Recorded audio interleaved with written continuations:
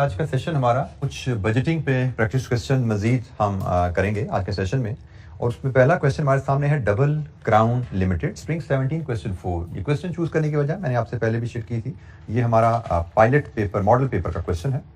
ये ICAP ने जो हमें मॉडल पेपर दिया उसका क्वेश्चन है। इंशाअल्लाह हम जो स्प्रिंग 22 का पेपर है उसको भी डिस्कस करेंगे, लेकिन वो हम रिवीजन सेशन जो प्लान करेंगे इंशाअल्लाह डिस्कशन सेशन उसमें उसको कवर करेंगे। फिलहाल कोशिश यही करेंगे जहाँ पे हमें पायलट पेपर के मॉडल पेपर के क्वेश्चन मिल रहे हैं उनको साथ साथ हम कवर करते जाएं। तो ये मॉडल पेपर का क्वेश्चन है जी, पढ़ते हैं क्या है इसमें। Prepare budget for material purchases, direct wages and overheads for the month of June. जून के महीने के फंक्शनल बजट उसने हमसे 3 मांगे हैं, material purchases, direct wages and overheads. और फिर prepare cash payment budget for the month of जून। सिर्फ पेमेंट्स का बजट हमें जून के महीने का बनाना है। तो 10 मार्क्स एंड 3 मार्क्स 13 मार्क्स हैं। दोनों कॉन्सेप्ट यहाँ पे टेस्ट हो गए, फंक्शनल बजट का भी और कैश बजट का भी। मेजर मार्क्स बेशक फंक्शनल बजट पे हमारे। तो पढ़ते हैं जी। Double crown limited DCL is engaged in manufacturing of a product Z. Sales projections according to DCL's business plan for the year ending 31st December 2017 are as follows. Sales projection आ गई जी, May, June, July, August, rupees in million, 60, 55, 70 and 68। Projections कह लें, इसको budget कह लें, एक ही बात है। Additional information, goods are sold at a gross margin of 40% on sales. और मैं पहले भी आपको बार बार तवज्जो दिलाता रहता हूँ, अगर मार्जिन का वर्ड आ गया तो it is understood it is on sales, ठीक है, अलग से बताने की जरूरत नहीं होती। लेकिन बात का हमारे माशाल्लाह ICAP के क्वेश्चन बड़े अच्छे सवाल होते हैं। I still recall a question जिसने लिखा हुआ है मार्जिन ऑफ 40% ऑन कॉस्ट। तो वहां पे फिर आपने खुद अलर्ट हो जाना, कॉस्ट आगे बीच में तो इसको मार्जिन नहीं पढ़ना, इसको मार्कअप ही पढ़ना है, ठीक है। अगर तो सिर्फ मार्जिन लिखा हुआ है तो वो तो सेल्स पे ही है। 40% मार्जिन ऑन सेल लिख दिया तो हमें हमारी सेल पे कोई असर नहीं पड़ा। लेकिन मार्जिन ऑन कॉस्ट लिख देगा तो सेल पे असर पड़ जाएगा भाई, हमारे कौन सा हिलाएगा। फिर उस मार्जिन को मार्जिन नहीं पढ़ना, मार्जिन को फिर मार्कअप पढ़ना है आपने। इस तरह का सवाल है ICAP में कोई। तो ratio of direct material, direct wages and overheads 6:3:1। यहां पे एक चीज क्लियर कर ले, मार्जिन 40, ग्रॉस मार्जिन 40% का मतलब है कि कॉस्ट ऑफ सेल 60% है, ठीक है। और ये फिर कॉस्ट ऑफ सेल का ब्रेकअप आ गया, कॉस्ट ऑफ सेल में 6:3:1 या 60:30:10 का लो, एक ही बात है। ये कॉस्ट ऑफ सेल का ब्रेकअप है। Normal loss is 5% of units completed. Inventory levels maintained by DCL are as follows. Direct material मतलब raw material, next months budgeted consumption, consumption link होती है प्रोडक्शन से, ठीक है। Next months budgeted consumption. और finish goods है 50% of next months budgeted sales. 10% of all purchases are in cash. Remaining purchases are paid in the following month. Direct wages include DCL at 5% of direct wages towards canteen expenses. An equal amount is deducted from the employee's wages. Direct wages are paid on the last day of each month. Both contributions are paid to the canteen contractor in the following month. ये cash payment की कहानी उसने थोड़ी हमें बताई है। Overheads for each month include depreciation on plant and machinery and factory building rent. मतलब ये जो उसने यहाँ पे ओवरहेड की कहानी सुनाई है ना हमें, ये कॉस्ट ऑफ सेल्स में 1/10 ओवरहेड्स हैं। तो इस ओवरहेड की बात कर रहे हैं कि इस ओवरहेड में आपका डेप्रीसिएशन ऑफ प्लांट भी शामिल है और फैक्ट्री बिल्डिंग का रेंट भी शामिल है। डेप्रीसिएशन है 0.2 मिलियन और रेंट है 0.1 million. Rent is paid on a half yearly basis in advance on 30 June and 31 December each year. तो ये जनाब हमारी कैश पेमेंट से रिलेटेड कुछ कहानी आ गई। बट हमें 2 चीजें बनानी है, एक मटेरियल परचेजेस का बजट, डायरेक्ट वेजेस का बजट एंड ओवरहेड का budget for the month of June. Purchases का बजट हमारा बनता है कंजम्पशन में opening closing stock of raw material adjust करो। ये सीखा हुआ जी हमने, consumption plus closing minus opening is purchases. और कंजम्पशन इन टर्न डिपेंड करता है प्रोडक्शन पे, ठीक है जी। तो हमें बेसिकली प्रोडक्शन कॉस्ट लेनी है पहले, और प्रोडक्शन किस पे डिपेंड करती है? सेल्स पे and opening closing stock of finish goods पे, ठीक हो गया। तो कहानी शुरू नहीं है सेल्स से, सेल्स में opening closing stock of finish goods adjust होना है और वो एडजस्ट होकर हमारी आएगी प्रोडक्शन, प्रोडक्शन में से फिर आएगी कंजम्पशन, कंजम्पशन में opening closing stock of raw material adjust होगा तो आएगी परचेज। ठीक है, ये सारी कहानी है। अब इस कहानी में एक और पहलू भी है। हमने कहा बात तो हम शुरू करें सेल्स से, बट यहाँ पे यूनिट्स में तो बात ही नहीं हो रही। यहाँ पे ये सारी बात हुई है वैल्यूज में। आपको सेल्स रेवेन्यू वैल्यू दी गई है, प्राइस तो है नहीं जिससे आप यूनिट्स निकालो, ऐसे ही है। तो इसका मतलब हमें वैल्यू में खेलना है। तो हमने कहा था जी सेल्स में प्लस माइनस फिनिश गुड्स करेंगे तो हमें सेल्स यूनिट्स होते हैं, तो plus closing stock minus opening stock करते हैं तो प्रोडक्शन यूनिट्स आ जाते हैं। लेकिन अब यहाँ पे ना यूनिट्स, हमें प्राइस ही नहीं अवेलेबल, तो हम यूनिट्स पे नहीं जा सकते। यूनिट्स पे नहीं जा सकते तो अल्टरनेटिवली हमारे पास क्या ऑप्शन अवेलेबल है? कॉस्ट। हम कॉस्ट पे चले जाएं, हम प्रोडक्शन यूनिट्स नहीं, कॉस्ट ऑफ यूनिट प्रोड्यूस पे चले जाएं, या कॉस्ट ऑफ यूनिट सोल्ड पे जाएं। पहले यहाँ पे सेल्स यूनिट्स तो नहीं है ना, तो कॉस्ट ऑफ यूनिट सेल ले लो। फिर ओपनिंग क्लोजिंग स्टॉक के यूनिट्स तो नहीं है ना हमारे पास फिनिश गुड्स के, तो हम cost of opening closing stock ले लें, जिससे कॉस्ट ऑफ यूनिट प्रोड्यूस आ जाएंगे। कॉस्ट ऑफ यूनिट प्रोड्यूस से फिर मटेरियल कंज्यूम आ जाएगा, मटेरियल कंज्यूम में फिर ओपनिंग क्लोजिंग स्टॉक वैल्यू के एडजस्टमेंट डाल दो, यूनिट्स की नहीं डाल सकते, वैल्यू के डाल दो, तो परचेजेस की वैल्यू आ जाएगी डायरेक्ट। ठीक है, तो हम यूनिट्स में चलें तो भी चलता है, यूनिट्स में नहीं चल सकते तो हम कॉस्ट में चलें तो भी चलेगा। बस हमें ख्याल रखना है कि हम सेल्स वैल्यू से पहले कॉस्ट ऑफ सेल्स पे आएंगे, फिर वहां से सारी कहानी हमारी शुरू होगी। तो हमारा स्टार्टिंग पॉइंट रहेगा इस केस में 4 कॉलम। वैसे तो बजट उसने हमसे जून का मांगा है, लेकिन क्योंकि ओपनिंग क्लोजिंग स्टॉक एडजस्ट होना है, कहीं क्रेडिट आगे कैश पेमेंट बनना है, तो हमें 4 महीनों का डाटा इकट्ठा लेके चलना चाहिए। तो जनाब इसका हम 4 कॉलम ही लेके चलेंगे। Question number 10। तो हम सबसे पहले पार्ट ए पे बात कर रहे हैं, जिसमें फंक्शनल बजट बनाने जा रहे हैं। तो हम 4 कॉलम लेते हैं, जो कि हैं मई, जून, जुलाई, अगस्त।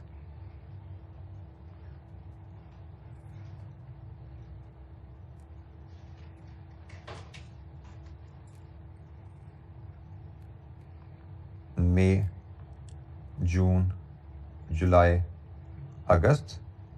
और हमारा स्टार्टिंग पॉइंट है सेल्स सबसे पहले, और वैल्यूज हमें रुपीज इन मिलियन में दी हुई हैं, तो हम रुपीज इन मिलियन में से ही इसे ही बात शुरू करते हैं। और मिलियन में डाटा 2 डेसिमल तक ले जाते हैं। 60 है, 55 है, 70 है और 68 है। हमने कहा जी पहला स्टेप तो है हम इस सेल से कॉस्ट ऑफ सेल्स पे शिफ्ट हो जाए। तो हमने कहा जी कॉस्ट ऑफ सेल्स लेते हैं, जो कि है जी 60%। ठीक है जी, कॉस्ट ऑफ सेल्स अगर ये ए है तो 60% ऑफ ए हमारी कॉस्ट ऑफ सेल्स है। तो बताइए जनाब कॉस्ट ऑफ सेल्स क्या आती है? 36, 33, 42, 40.8। अच्छा जी, कॉस्ट ऑफ सेल जब हमारे पास आ गई तो अब हम फिनिश गुड्स, हमने कहा जी कॉस्ट ऑफ सेल्स में हम ऐड करें अगर closing stock of finish goods, और इसमें से लेस करें हम opening stock of finish goods, तो हमें कॉस्ट ऑफ गुड्स प्रोड्यूस मिल जाता है। ऐसे ही है, कॉस्ट ऑफ गुड्स प्रोड्यूस मिल जाएगा हमें। तो अब closing stock of finish goods, opening stock of finish goods के लिए नोट नंबर 4 पे आइए। नोट नंबर 4 में वो कहता है फिनिश गुड्स की हमारी पॉलिसी है कि नेक्स्ट मंथ बजटेड सेल का 50%। अब इसमें जितने यूनिट्स का 50% तो कॉस्ट का 50%, एक ही बात है ना। तो जनाब मई का क्लोजिंग स्टॉक क्या होगा? जून की सेल्स का कॉस्ट ऑफ सेल्स का 50%। ठीक है जी, तो इसमें हमने कहा क्लोजिंग स्टॉक हमारा है नेक्स्ट मंथ सेल्स इंटू 50%। तो मई का क्लोजिंग स्टॉक 16.5, जुलाई का क्लोजिंग स्टॉक 21, अगस्त का क्लोजिंग स्टॉक 20.4। ये आगे हम जा नहीं सकते, ये कॉलम फारो हो गया, क्योंकि इससे का क्लोजिंग स्टॉक हम ला नहीं सकते। तो ये जो क्लोजिंग स्टॉक अगले महीने का ओपनिंग स्टॉक बनता है, मई का क्लोजिंग स्टॉक जून का ओपनिंग स्टॉक बनता है, ये आपका जुलाई का ओपनिंग स्टॉक हुआ। अब बात रहेगी मई के क्लोजिंग ओपनिंग स्टॉक की, तो भाई जून का मूवमेंट देखो, जून की सेल इधर गई इधर आ गई, इसी तरह इसकी सेल इधर गई इधर आ गई। ओपनिंग स्टॉक तो उसी महीने की सेल पे डिपेंडेंट हुआ ना, क्लोजिंग स्टॉक अगले महीने की सेल पे डिपेंडेंट है, ओपनिंग स्टॉक तो सेम महीने की सेल पे डिपेंडेंट है। तो जो मई की सेल पे बेसिकली अप्रैल का क्लोजिंग स्टॉक था, अप्रैल का क्लोजिंग स्टॉक मई का ओपनिंग बन गया, तो मई की सेल पे लिंक हुआ ना। तो ये जनाब 18 लीजिए जी, यहां से कॉस्ट ऑफ गुड्स प्रोड्यूस ले लीजिए, मई की 34.5, 37.5, 41.4। ये जी हमारे पास आ गई कॉस्ट ऑफ गुड्स प्रोड्यूस्ड। अब हमें चाहिए यहां से हम कॉस्ट रॉ मटेरियल कंजम्पशन निकाल सकते हैं, और कंजम्पशन में ओपनिंग क्लोजिंग स्टॉक एडजस्ट करके परचेजेस निकलते हैं। लेकिन मुझे लगता है यहां पे परचेजेस को वर्कआउट करने का और स्मार्ट वे भी है। अगर आप डायरेक्ट मटेरियल का नोट पढ़ो। डायरेक्ट मटेरियल का नोट कहता है कि आपके पास जो क्लोजिंग स्टॉक होता है वो नेक्स्ट मंथ की कंजम्पशन के बराबर होता है। मतलब मई का जो रॉ मटेरियल का क्लोजिंग स्टॉक होगा वो जून की कंजम्पशन के बराबर होगा। जून की कंजम्पशन के बराबर स्टॉक पड़ा हुआ है मई के एंड पे, इसका मतलब ये स्टॉक मई में इस्तेमाल हो जाएगा, ऐसा ही है। तो मई में फिर हम क्या खरीदेंगे? तो डायरेक्ट परचेजेज ही आ गए, डायरेक्ट परचेजेज ही आ जाती है ना, कि हमने कहा जी मई के महीने में हमारे पास जून की कंजम्पशन के लिए स्टॉक पड़ा हुआ है, तो इसका मतलब जून का महीना तो इससे पूरा हो जाएगा। तो जून में फिर क्या परचेज करना है हमने, क्योंकि ये वाला स्टॉक जून में इस्तेमाल होकर जीरो हो जाएगा। जून में हमने क्या खरीदना है? जुलाई का। उसने जो लिखा हुआ हमने पढ़ा, उसके मुताबिक हमने ट्रांसलेट कर लिया। तो हम कहेंगे रॉ मटेरियल परचेजेस हमारी जो निकलेंगी,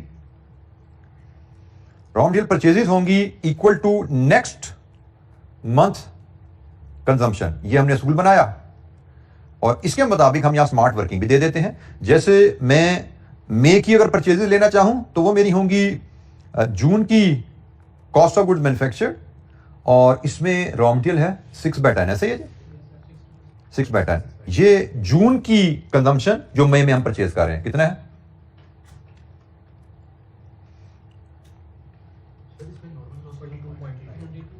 अभी बात कर लेते हैं 22.5। इसी तरह आप जुलाई की परचेजेस, जुलाई की कंजम्पशन पे बेस करो, और 6/10 ये जुलाई की कंजम्पशन, मटेरियल कंजम्पशन जो आप जून में खरीदोगे 24.84। तो ये है जी हमारी परचेज की फिगर। अच्छा, आपके साथी ने एक बड़ा पॉइंट राइटली आइडेंटिफाई किया, नोट नंबर 3, कि हमने कॉस्ट ऑफ गुड्स प्रोड्यूस ले ली, कॉस्ट ऑफ सेल ले ली, तो ये 5% नॉर्मल लॉस का क्या किया हमने? मैं एग्जैक्टली यही बात करने लगा था। जब आप कॉस्ट कहते हो, कॉस्ट तो ग्रॉस वैल्यूज पे डिटरमिन की जाती है ना भाई, कॉस्ट तो ग्रॉस वैल्यूज पे डिटरमिन की जाती हैं। तो ये कॉस्ट ऑफ सेल्स हैं। कॉस्ट ऑफ सेल्स में जो लॉसेज है उनका इफेक्ट शामिल होता है। अगर तो उसे कहा होता ना कि कॉस्ट पर यूनिट इतनी है, उसमें से नॉर्मल लॉस होना है, तो हमें हिसाब किताब को लगाना पड़ता। ये तो कंपनी की सेल्स में कॉस्ट ऑफ सेल्स कितनी होती है, और जब कंपनी लेवल पे हम कॉस्ट ऑफ सेल्स की बात कर रहे हैं तो कॉस्ट तो ग्रॉस वैल्यूज पे होती है। हम मटेरियल में भी बात कर चुके हैं कि ग्रॉस क्वांटिटी पे कॉस्ट डिटरमिन की जाती है। तो ये तो कॉस्ट ऑफ सेल्स है, तो यकीनन ये ग्रॉस क्वांटिटी पे ही मेजर की गई है। नॉर्मल लॉस की यहां पे कोई एडजस्टमेंट रिक्वायर्ड नहीं है। लीजिए जी, हमारा पहला बजट जो उसने कहा था रॉ मटेरियल परचेजेस जून की, ये हमारी पहली वैल्यू आ गई। हमसे जून का बजट उसने मांगा था, मैंने मई की परचेज भी निकाल ली है क्योंकि इसकी मुझे पता है जरूरत हमें पड़ने वाली है, इससे आगे हम वैल्यूज निकाल नहीं सकते, तो इसलिए फिलहाल हम यहीं पे ही हैं।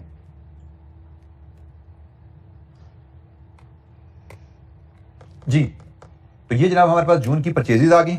एक स्टेप आगे चलिए, उसने कहा डायरेक्ट वेजेस भी बताइए जून की कितनी है। तो डायरेक्ट वेजेस वो हम सिर्फ जून की बनाएंगे। Direct wages, direct wages cost उसने कहा जी होती है 3/10, ऐसे ही है। तो आपके पास कॉस्ट ऑफ गुड्स मैन्युफैक्चर्ड ये जून की है 37.50 इंटू 3/10, ये जून की आपकी वेजेस आ गई। कितनी है जी? 11.25, ये आपकी वेजेस आ गई। ये दूसरा बजट हो गया आपका। फिर तीसरी फिगर हमसे मांगी गई है ओवरहेड्स। तो ओवरहेड्स हमारी रहेंगे 37.5 के 1/10, तो 3.75 लीजिए जी, ये हमारा ओवरहेड का भी बजट आ गया। पार्ट ए हमारा यहां पे कंप्लीट हो गया। पार्ट ए हमारा 10 मार्क्स का था, वो इधर हमारा कंप्लीट हो गया। सेल्स से कॉस्ट ऑफ सेल्स पे आए, वैल्यू में ही चलते रहे हैं क्योंकि यूनिट्स निकालने का डाटा नहीं था। तो यहां पे अपनी चीज एक ऑप्शन आपको मिल जाती है, तरीका आपको मिल गया कि जब हम यूनिट्स में नहीं जा सकते तो हम वैल्यूज में भी काम कर सकते हैं। अगर आपको याद हो, ये काम हमने पहले भी किया हुआ है, उस वक्त मैंने आपको रजिस्टर शायद इसका कराया नहीं था। ये काम हमने कैश बजट का सवाल किया था, इलस्ट्रेशन की थी, इलस्ट्रेशन नंबर 8 कैश बजट पे हमने एक इलस्ट्रेशन की थी, इलस्ट्रेशन नंबर 8 पेज 147 पे। वहां पे भी हमने इसी तरह के मामले से डील किया था। रॉ मटेरियल कंजम्पशन हमारी शायद वैल्यू में आई थी, वहां पे भी हमने अपनी क्लोजिंग स्टॉक वैल्यू में लिया था। लेकिन मैं क्लोजिंग स्टॉक की बात करूं ना, तो वहां पे हमें रेवेन्यू के साथ प्राइस अवेलेबल थी। हम यूनिट्स में, रेवेन्यू से हम यूनिट में चले गए थे, लेकिन मटेरियल की हमें यूनिट्स केजीज पर यूनिट नहीं अवेलेबल थे, वो वैल्यू में चली थी बात। ठीक है ना, वो कंजम्पशन में ही बात थी, कंजम्पशन वैल्यू में थी और वैल्यू में ही ओपनिंग क्लोजिंग स्टॉक एडजस्ट करके हमने परचेजेस निकाली थी वहां से, तो वहां पे भी हमने ये काम किया था। तो अगर यूनिट्स का डाटा अवेलेबल है यूनिट्स में चले जाइए, यूनिट्स में अवेलेबल नहीं है तो कॉस्ट में चले जाइए। यहां पे लेकिन ये ख्याल रखना होता है कि हम जब closing stock of finish good ले रहे हैं ना, तो ये कॉस्ट पे कैलकुलेट करना है। इसमें टेंडेंसी हमारी क्या होती है, खुदा ना खास्ता हम सेल्स पे ना ले लें। सेल्स में तो प्रॉफिट एलिमेंट भी शामिल होता है ना, सेल्स में प्रॉफिट एलिमेंट भी शामिल है। हम जब फिनिश गुड्स के यूनिट्स नहीं है, फिनिश गुड्स की कॉस्ट लेनी है तो वो कॉस्ट ऑफ सेल में से निकलेगी, सेल्स में से नहीं निकलेगी। तो हमने पहले इसीलिए सेल्स को पहले कॉस्ट ऑफ सेल में कन्वर्ट किया, फिर कॉस्ट ऑफ सेल्स हमने finish goods, cost of sales हमने मटेरियल, लेबर सब कुछ यहां से निकाला। तो पार्ट ए हमारा 10 मार्क्स का यहां पे कंप्लीट हुआ। कोई सवाल? अच्छा जी, इसके बाद part B. Part B, prepare cash payment budget for the month of June. अब जब हम कैश पेमेंट बजट की बात करते हैं तो कैश पेमेंट के लिए नोट 5 से ऑनवर्ड कहानी कैश पेमेंट की है। एक परचेजेस की पेमेंट है, दूसरी वेजेस की पेमेंट है, तीसरी ओवरहेड्स की पेमेंट है। ये 3 पेमेंट्स हैं जो जून की हमने वर्कआउट करनी है। जून के महीने में इन 3 हेड्स में हमने क्या क्या पेमेंट करनी है ये हमने निकालना है। तो सबसे पहले हम परचेजेस पे बात शुरू करते हैं। परचेजेस की पेमेंट का नोट है जी 5। 10% of all purchases are in cash, मतलब जिस महीने की परचेज उस महीने में पे हो जाएंगी 10%। Remaining purchases are paid in the following months, 90% अगले महीने पे होती हैं। तो हमने जून के महीने में पेमेंट देखनी है परचेजेस के अगेंस्ट, तो 10% of June purchases, 10% of June purchases जून में जाएंगी और 90% ऑफ मई की परचेजेस उनकी पेमेंट जून में जाएगी। ठीक है, तो परचेजेस हमने ये दोनों निकाली हुई हैं। ये आपकी जून की परचेज है 24.84 का 10%, और आपकी मई की परचेज भी आपके सामने आ रही है 22.5 इंटू 90%। तो रुपीज इन मिलियन में जनाब बोलिए जून की 10% कितनी बनती है? 2.48, 2 डेसिमल पे ही रही है जी। और ये कितनी बनती है? 20.25। ये ब्लॉक बनाया, इस ब्लॉक का हम टोटल ले लेते हैं। परचेजेस की टोटल पेमेंट कितनी हुई? 22.73। तो ये जनाब हमारे पास परचेजेस की पेमेंट आ गई।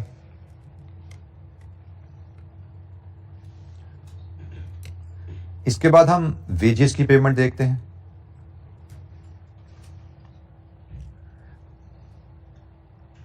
वेजेस की कॉस्ट हमारे पास आ रही है 11.25। अब इसका हमें नोट पढ़ना पड़ेगा, नोट नंबर 6। ध्यान से जरा पढ़िएगा था, ये जून की वेजेस की कॉस्ट है, note number 6।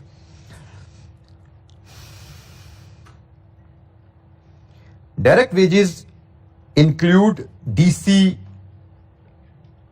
Contribution at 5% of direct wages, मतलब इसमें 5% कंट्रीब्यूशन भी शामिल है। मतलब ये 100 नहीं है, ये 105 है। ठीक है, इसमें 5% कंट्रीब्यूशन भी शामिल है, तो ये 100 नहीं है, 100 + 5 है, 105 है। Towards canteen expenses an equal amount is deducted from the employees wages. An equal amount is deducted from the employees wages. Direct wages towards canteen expense, direct wages are paid on the last day of each month. मतलब जिस महीने की wages हैं उस महीने के and में पे हो जाती हैं, लेकिन डिडक्शन के बाद डिडक्शन होनी है। अच्छा, जुमला आगे भी पढ़ लीजिए, कंप्लीट कर लें। Both contribution are paid to canteen contractor in the following months. अब ये कहानी जरा समझिए। आपने एक वर्कर की सैलरी बनाई 100 रुपया, उसमें 5 रुपए ऐड कर दिए, 105 होगी। 105 में से आपने 10 काट लेने हैं। ठीक हो गया? जितना आपने डाला पैसा उतना ही एम्प्लॉय का काटना है ना। 10 काटे, इसका मतलब आपने 95 एम्प्लॉय को पे किए हैं, 10 कॉन्ट्रैक्टर को पे किया है। पे आपने 105 ही करने हैं, पे आपने 105 करने हैं। ठीक है, लेकिन जो कटेंगे 10, 95 जाएंगे एम्प्लॉइज को, 10 जाएंगे कैंटीन कॉन्ट्रैक्टर को। यही लिखा ना। Understanding is important. समझ आएगी तो कैश बजट बनेगा। तो हमने ये समझ लिया। इसके मुताबिक जो कहानी बनती है कि 95 तो सेम मंथ पे होना है और 10 नेक्स्ट मंथ पे होना है। इसका मतलब हमें जून की सैलरी भी चाहिए, हमें मई की सैलरी भी चाहिए, क्योंकि 10 मई के महीने से आ रहा है ना। जून की सैलरी का 95 निकल जाएगा और मई की सैलरी का 10 जाएगा। तो इसका मतलब हमने यहाँ पे मई की सैलरी निकाली नहीं थी, हमें मई की सैलरी भी लेनी पड़ेगी भाई। तो यहाँ पे आप जरा मई की सैलरी भी बनाओ। मई की सैलरी आपकी होगी 34.5 इंटू 3/10, 10.35। ये आपकी मई की सैलरी भी यहाँ पे आ गई, हमें इसकी भी जरूरत पड़ने वाली है। तो अब आ जाइए आप payment June salary paid to employees. जून की सैलरी है आपकी 11.25 और हमने अभी पढ़ा ये तो 105 है क्योंकि इसमें 5% कंट्रीब्यूशन भी शामिल है ना। ये तो है 105, ये 105 है, लेकिन एम्प्लॉइज को कितना पे करना है आपने 95। ये 105 है तो 95 कितना बनता है जो हमने एम्प्लॉइज को देना है।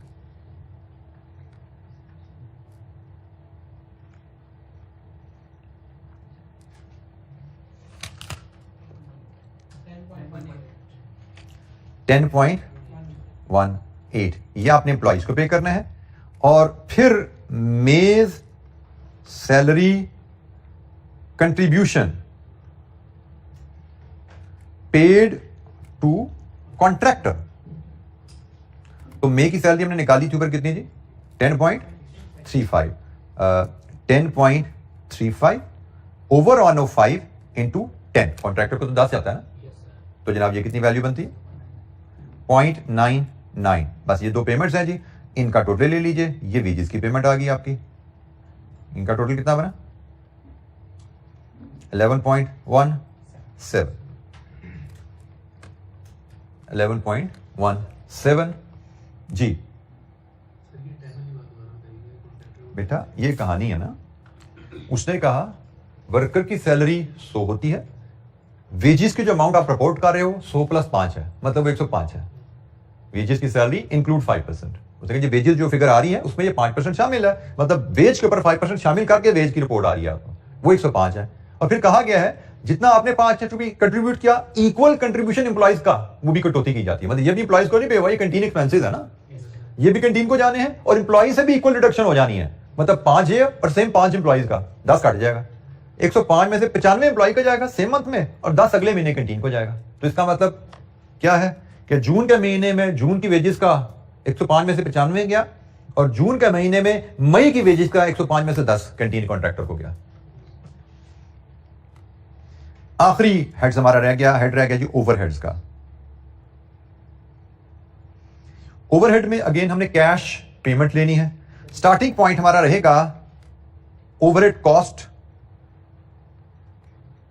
कॉस्ट ऑफ जून, तो वो हमने वर्कआउट किया ऊपर 3.75। This is the starting point. अब हमने इसमें से पेमेंट निकालनी है। हमने पेमेंट का तरीका पढ़ा हुआ है कि भाई इसमें तो अगर कोई नॉन कैश है ना तो उसको निकालो।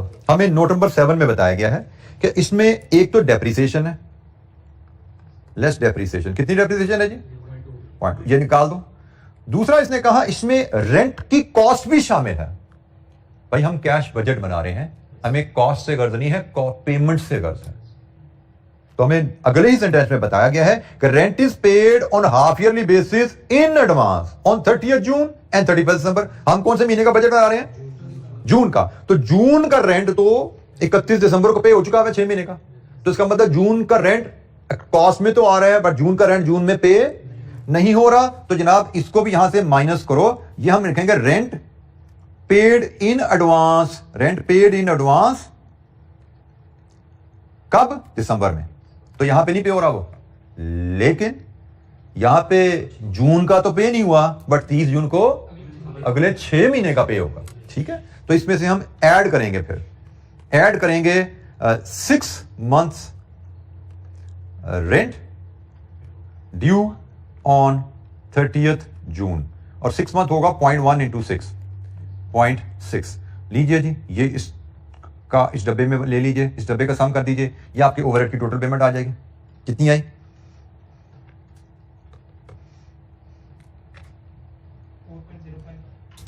4.05 लीजिए जी। Total payment, total cash payment हमारी कंप्लीट हुई जून की। इसको अगर हम सम करना चाहें तो if this is A, this is B, this is C, तो हम कहेंगे जी A plus B plus C कितना जी 37.95 लीजिए जी। ये जून की पेमेंट, जून के कैश पेमेंट्स आ गई। 3 मार्क्स के लिहाज से वर्किंग ज्यादा है, लेकिन बहरहाल पिछले सवाल में मिलता है 10 मार्क्स ज्यादा, 10 मार्क्स के हिसाब से काम कम था, तो बेसिकली ये बैलेंस ही हुआ हुआ शायद। मतलब वहां पे शायद होने चाहिए तो मे बी 8 और यहाँ पे होने चाहिए शायद 5, लेकिन बहरहाल ये चीज आपने ध्यान में रखनी है कि एग्जाम में हर क्वेश्चन, हर कंपोनेंट मार्क्स टाइम जस्टिफाइड नहीं होता। ओवरऑल पेपर जस्टिफाइड होता है। मैंने जैसे आपको शुरू में कभी बोला हुआ है, न्यूमेरिकल में ख्याल रखना होता है कि कुछ क्वेश्चन टाइम वेस्टर्स होते हैं, कुछ क्वेश्चन टाइम सेवर्स होते हैं। न्यूमेरिकल क्वेश्चन में बड़ा जरूरी होता है कि आप पहले 15 मिनट में टाइम सेवर क्वेश्चन आइडेंटिफाई करें। जो रीडिंग टाइम होता है ना, उसमें टाइम सेवर क्वेश्चन आइडेंटिफाई करें कि छोटे छोटे सवाल, जल्दी होने वाले सवाल कौन से हैं। तो जो जल्दी होने वाले सवाल हैं, अगर आप शुरू में कर लेते हैं तो लेंथी सवालों के लिए यू हैव मोर टाइम। ये ध्यान में रखना कि एग्जाम में कभी भी हर सवाल को इंटू 1.8 करके नहीं चल रहे होते, क्योंकि कुछ सवाल होंगे 10 नंबर के 10 मिनट में होने वाले होंगे, और वहां से जो 8 मिनट बचेंगे वो अगला सवाल 10 नंबर का 26 मिनट में ले जाएगा आपका। अगर आपने पहले सवाल को आसान समझ के कहा भाई इसके तो 18 मिनट है मेरे पास, इसको तो मैं आराम से करूंगा, और उस पर 18 मिनट लगा दिए, तो अगले सवाल के लिए 26 मिनट कहां से आएंगे। सो टाइम वेस्ट नहीं करना, एफिशिएंटली स्विफ्टली काम करना है, प्रॉपर रीडिंग और प्रॉपर स्पीडली काम करना है। जो मैं कहा है कि फंसना नहीं है, जहां रुकावट आए 1-2 मिनट सोचो, सूटेबल असम्पशन लो, आगे चलते जो क्वेश्चन कंप्लीट करो। ये मोस्ट इंपॉर्टेंट एग्जाम टेक्निक है किसी भी न्यूमेरिकल पेपर को पास करने के लिए, कि टाइम जाया नहीं करना। जो ड्यू टाइम है हर स्टेप पे 1 मिनट 2 मिनट, उससे ज्यादा सोचना नहीं आपने। उसमें समझ आ जाए कर दो, नहीं समझ आए असम्पशन लेकर सवाल कंप्लीट कर दो। परफेक्ट सवाल करना जरूरी नहीं है, कंप्लीट सवाल करना जरूरी है। दिसंबर में पे हुई थी, एडवांस पे हुई थी ना, तब प्री पेमेंट थी, तब प्री पेड थी। अक्रूवल कॉन्सेप्ट के तहत इस महीने कॉस्ट में तो आ गई ना, बट पेमेंट नहीं है। कॉस्ट में आई, कॉस्ट में है बट कैश पेमेंट नहीं है, सिर्फ एंट्री डली है डेबिट कॉस्ट क्रेडिट प्रीपेड। जी मंथली रेंट है, क्योंकि मंथली कॉस्ट का जिक्र कर रहे हैं ना। उसने कहा overhead for each month include, हर महीने के ओवरहेड में शामिल है, तो इसका मतलब ये मंथली कॉस्ट है। डेप्रिसिएशन भी मंथली है, रेंट भी मंथली है, ठीक है। Overhead of for each month include depreciation and factory building rent. फिर वो पेमेंट की बात आ गई ना, मंथली कॉस्ट है और वो पेमेंट है, ठीक है। यही तो फर्क है कैश बजट और पीएनएल में। जी एनी क्वेश्चन, कोई सवाल जी? अच्छा जी, लेट्स क्वेश्चन नंबर 10 हमारा मॉडल पेपर का क्वेश्चन था, हमने इसको देखा। अब आपको हर क्वेश्चन में कुछ ना कुछ नया मिलेगा। मैं फिर बोल रहा हूं, you should be prepared to apply your mind. आप जितने मर्जी सवाल कर लो, आपको हर सवाल में कुछ ना कुछ नया मिलता है। हमने काफी सवाल किए हुए थे, लेकिन अब इस सवाल में थोड़ा सा जैसा यूनिट्स के बगैर कॉस्ट पे मूव करना, ये स्लाइटली थोड़ा सा डिफरेंट मोड था। You should be prepared for this thing, कि आप जितने मर्जी सवाल कर लोगे उसके बावजूद एग्जाम में कुछ नया आ जाना है, ठीक है। तो नया आने का मतलब ये नहीं कि उसको हैंडल नहीं किया जा सकता, सिर्फ 2 मिनट एक्स्ट्रा सोच है कि कैसे हैंडल करें। और वो तभी आप कर पाओगे when you are in the habit of thinking. अगर आप सवाल पढ़ा, जवाब देखा, छाप दिया, इस चीज के आदी हो तो फंस जाओगे। आपसे पेपर ये इस तरह का पेपर नहीं पास होगा जिसमें थिंकिंग रिक्वायर्ड है। और बीएफडी आगे इसका जो मेगा पेपर है, जो उसके लिए आप प्रिपेयर नहीं हो पाओगे अगर आपने थिंकिंग की आदत डेवलप ना की। अच्छा जी, another question in our plan, last question, exam level question जो फिलहाल हमारे बजट में है।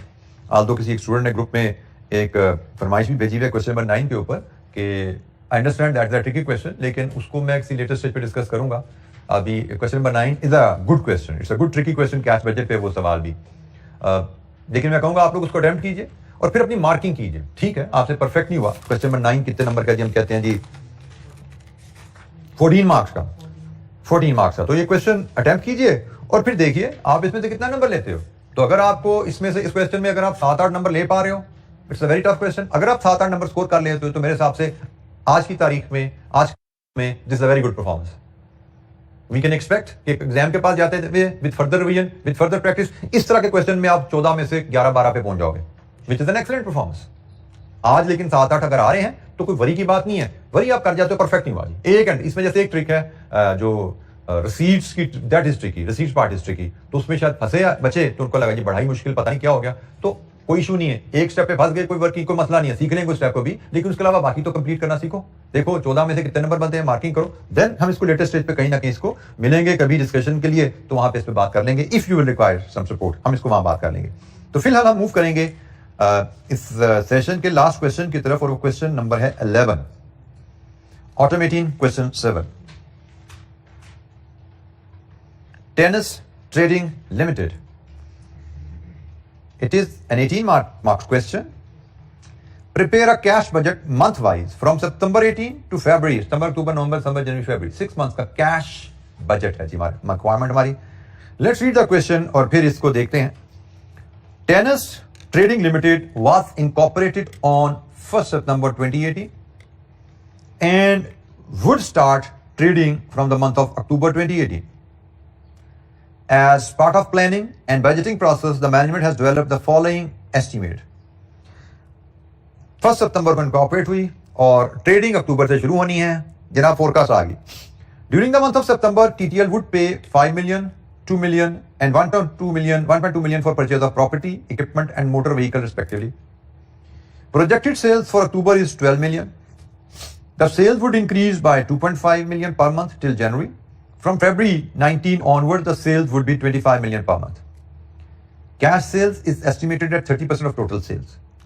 Credit customers are expected to pay within 1 month of the sale. 80% of the credit sales would be generated by salesmen who would receive 5% commission on sales. The commission is payable in the following month after sales. Gross profit margin would be 30%. TTL would maintain inventory at 80% of projected sales of the following month up to December, and thereafter 85% of projected sales of the following month. All purchases of inventories would be on 2-month credit. Salaries would be 1.5 million in September, 2 million per month thereafter. Other administrative expenses would be 1 million per month from September till January and rupees 1.3 million per month thereafter. Both type of expenses would be paid in the same month in which they are incurred. तो हमें cost भी चाहिए, उसमें अगर कोई non cash element है वो भी चाहिए और पेमेंट पैटर्न भी चाहिए. कैश बजट में ये सब हमें देखना पड़ता है. सिमिलरली रिसीट्स में हमें रेवेन्यू भी चाहिए, रेवेन्यू की टर्म्स भी चाहिए, कैश पे कितना, क्रेडिट पे कितना, क्रेडिट के फिर डेज भी चाहिए हमें. वो सब कुछ हमें इसमें से पिक करना होता है रिसीट पेमेंट के लिए. An aggressive marketing scheme would be launched in September 18. The related expenses are estimated at 7 million. 50% of the amount would be payable in September and 50% in October.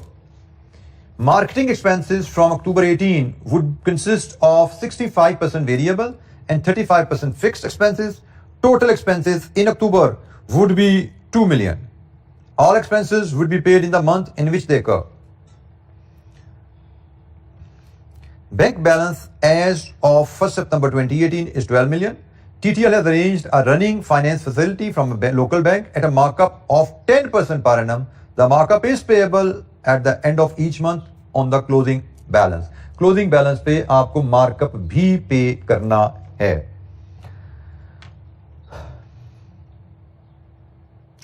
अच्छा जी, काफी ज्यादा इसमें आइटम्स हैं हमारे पास, वेरिएबल्स काफी ज्यादा है इसमें.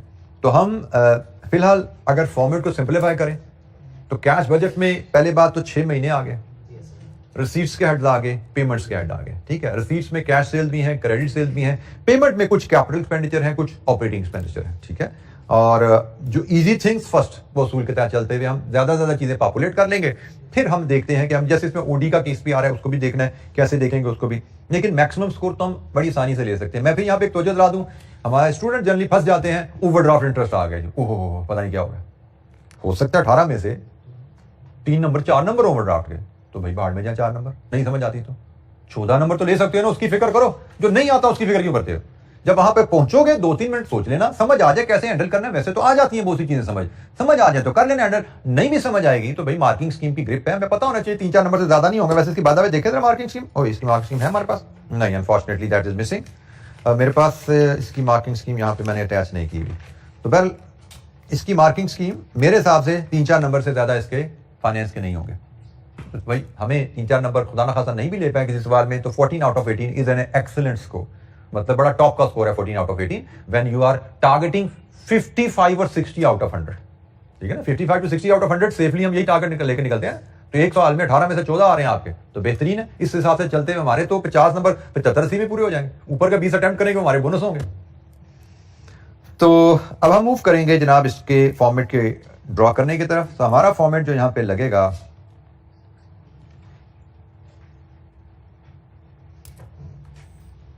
क्वेश्चन नंबर 11, 6 महीने का बजट, 1 2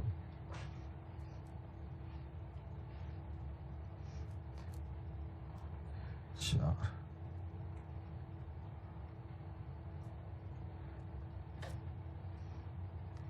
सितंबर, अक्टूबर, नवंबर, दिसंबर, जनवरी एंड फरवरी.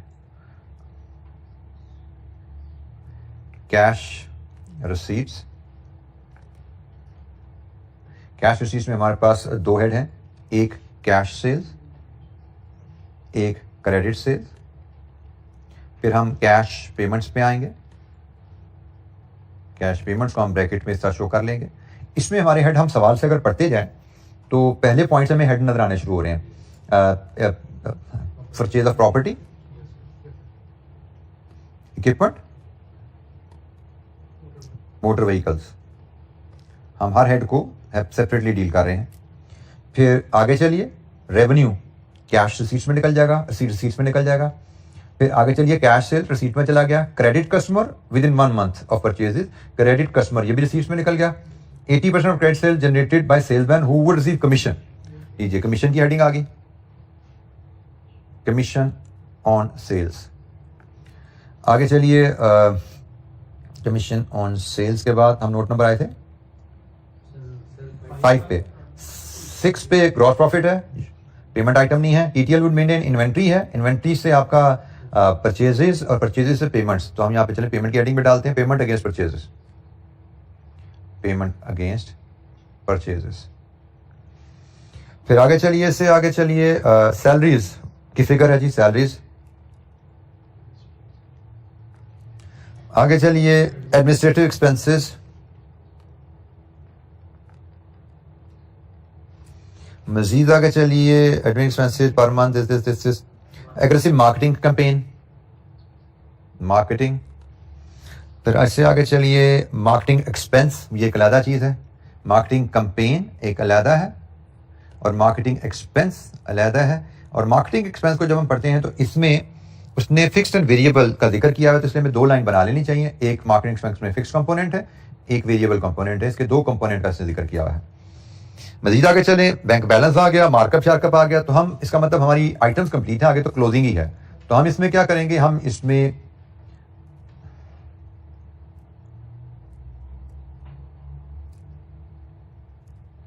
मजीद ये टेबल हमारा एक्सटेंड हो जाएगा। मैंने जैसे आपने देखा फॉर्मेट बनाते हुए कि एक तो मैंने ऊपर भी एक आध लाइन आइटम छोड़ दी, फिर सीट क्यू का आइटम बाद में याद आती है हम डाल देंगे। इसी तरह पेमेंट्स में भी मैं 2 लाइनें छोड़ देता हूँ, कोई चीज़ हमें बाद में याद आती है हम यहाँ डालेंगे। तो यहाँ पे हमें शायद net cash receipts oblique payment लाना है। फिर हमें इसमें ओपनिंग बैलेंस एडजस्ट करना है। फिर हमें क्लोजिंग बैलेंस देखना क्या आ रहा है, और क्लोजिंग बैलेंस के ऊपर अगर नेगेटिव बैलेंस आया तो मार्कअप। ठीक हो गया, क्लोजिंग बैलेंस अगर नेगेटिव हुआ तो मार्कअप आना चाहिए, जिसका रेट हमें बताया गया है 10%। ठीक है, तो हम इसको क्लोजिंग बैलेंस बिफोर मार्कअप कह देंगे,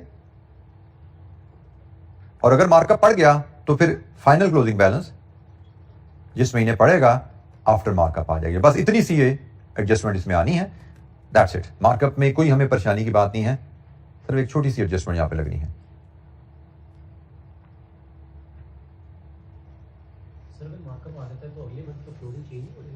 बेटा वो हम मार्कअप अगर नेगेटिव आया ना तो फिर हम उसका नेगेटिव है, यहाँ पे सॉरी नेगेटिव बैलेंस है, इसका मार्कअप इसी महीने में चार्ज हो जाएगा। उसने ये लिखा हुआ है, उसने क्या लिखा हुआ है कि bank balance this is the markup is payable at the end of each month on closing balance. जिस महीने का बैलेंस नेगेटिव होगा उस पे मार्कअप यहीं पे डलेगा और बैलेंस चेंज हो जाया करेगा, अगर कैरी फॉरवर्ड दूसरा हो जाएगा। अच्छा जी, इजी आइटम फर्स्ट। मुझे सबसे आसान मुझे लग रहा है, मैं पहले पेमेंट्स जो सिंगल पेमेंट हम डालना शुरू करें। देखिएगा अब ये देखें, मैं एक और चीज रिकमेंड करता हूँ, फॉर्मेट पहले बना लिया करो। जैसे मैंने बनाया ना, पढ़ा और कुछ चीजें ओमिट हो जाएं, 2 लाइनें छोड़ दी मैंने, को पढ़ने में मुझे मिशन आ जाएगी, तो बाद में पढ़ते हुए चीज पिक होगी डाल देंगे। अब फॉर्मेट से होता है कि आपको पता लग गया मैंने भाई कितना सवा काला करना है। अब शुरू करते हैं काला करना। नोट नंबर 1 से हमारी पेमेंट शुरू हो रही है जी, नोट नंबर 1 से। तो पेमेंट से बात शुरू करते हैं। सितंबर में पेमेंट है 5 मिलियन की प्रॉपर्टी, 2 मिलियन इक्विपमेंट और 1.2 मिलियन मोटर व्हीकल। लीजिए जी, ये सितंबर से पेमेंट शुरू हो गई डलनी। आगे चलते जाएं, सेल्स आ गया, छोड़ दिया, cash sales, credit customer, commission. Commission का ताल्लुक भी सेल्स से है, सेल्स आएगी कैलकुलेट कर लेंगे। इन्वेंट्री नीचे आ जाइए, ये इन्वेंट्री भी हमारी सेल्स कॉस्ट ऑफ सेल्स से लिंक होगी। सैलरीज पे आ जाए जी, यहाँ पे Salaries would be 1.5% in September, 1.5 million in September, 2 million per month thereafter. लीजिए जी, इसके बाद हर महीने 2 मिलियन.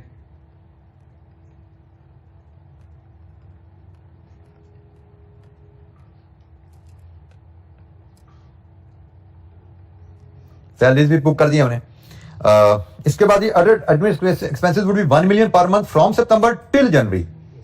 1 मिलियन सितंबर से लेके सितंबर, अक्टूबर, नवंबर, दिसंबर, जनवरी. और इसके बाद 1.3 लीजिए जी. और पेमेंट तो वहीं पे है जहां से लिखा है जी, जहां पे खर्चा वहीं पे पेमेंट है. फिर note number 9, aggressive marketing campaign 7 million की, आधी पेमेंट सितंबर में, आधी अक्टूबर में. तो कैंपेन की 3.5 मिलियन सितंबर में और 3.5 मिलियन अक्टूबर में.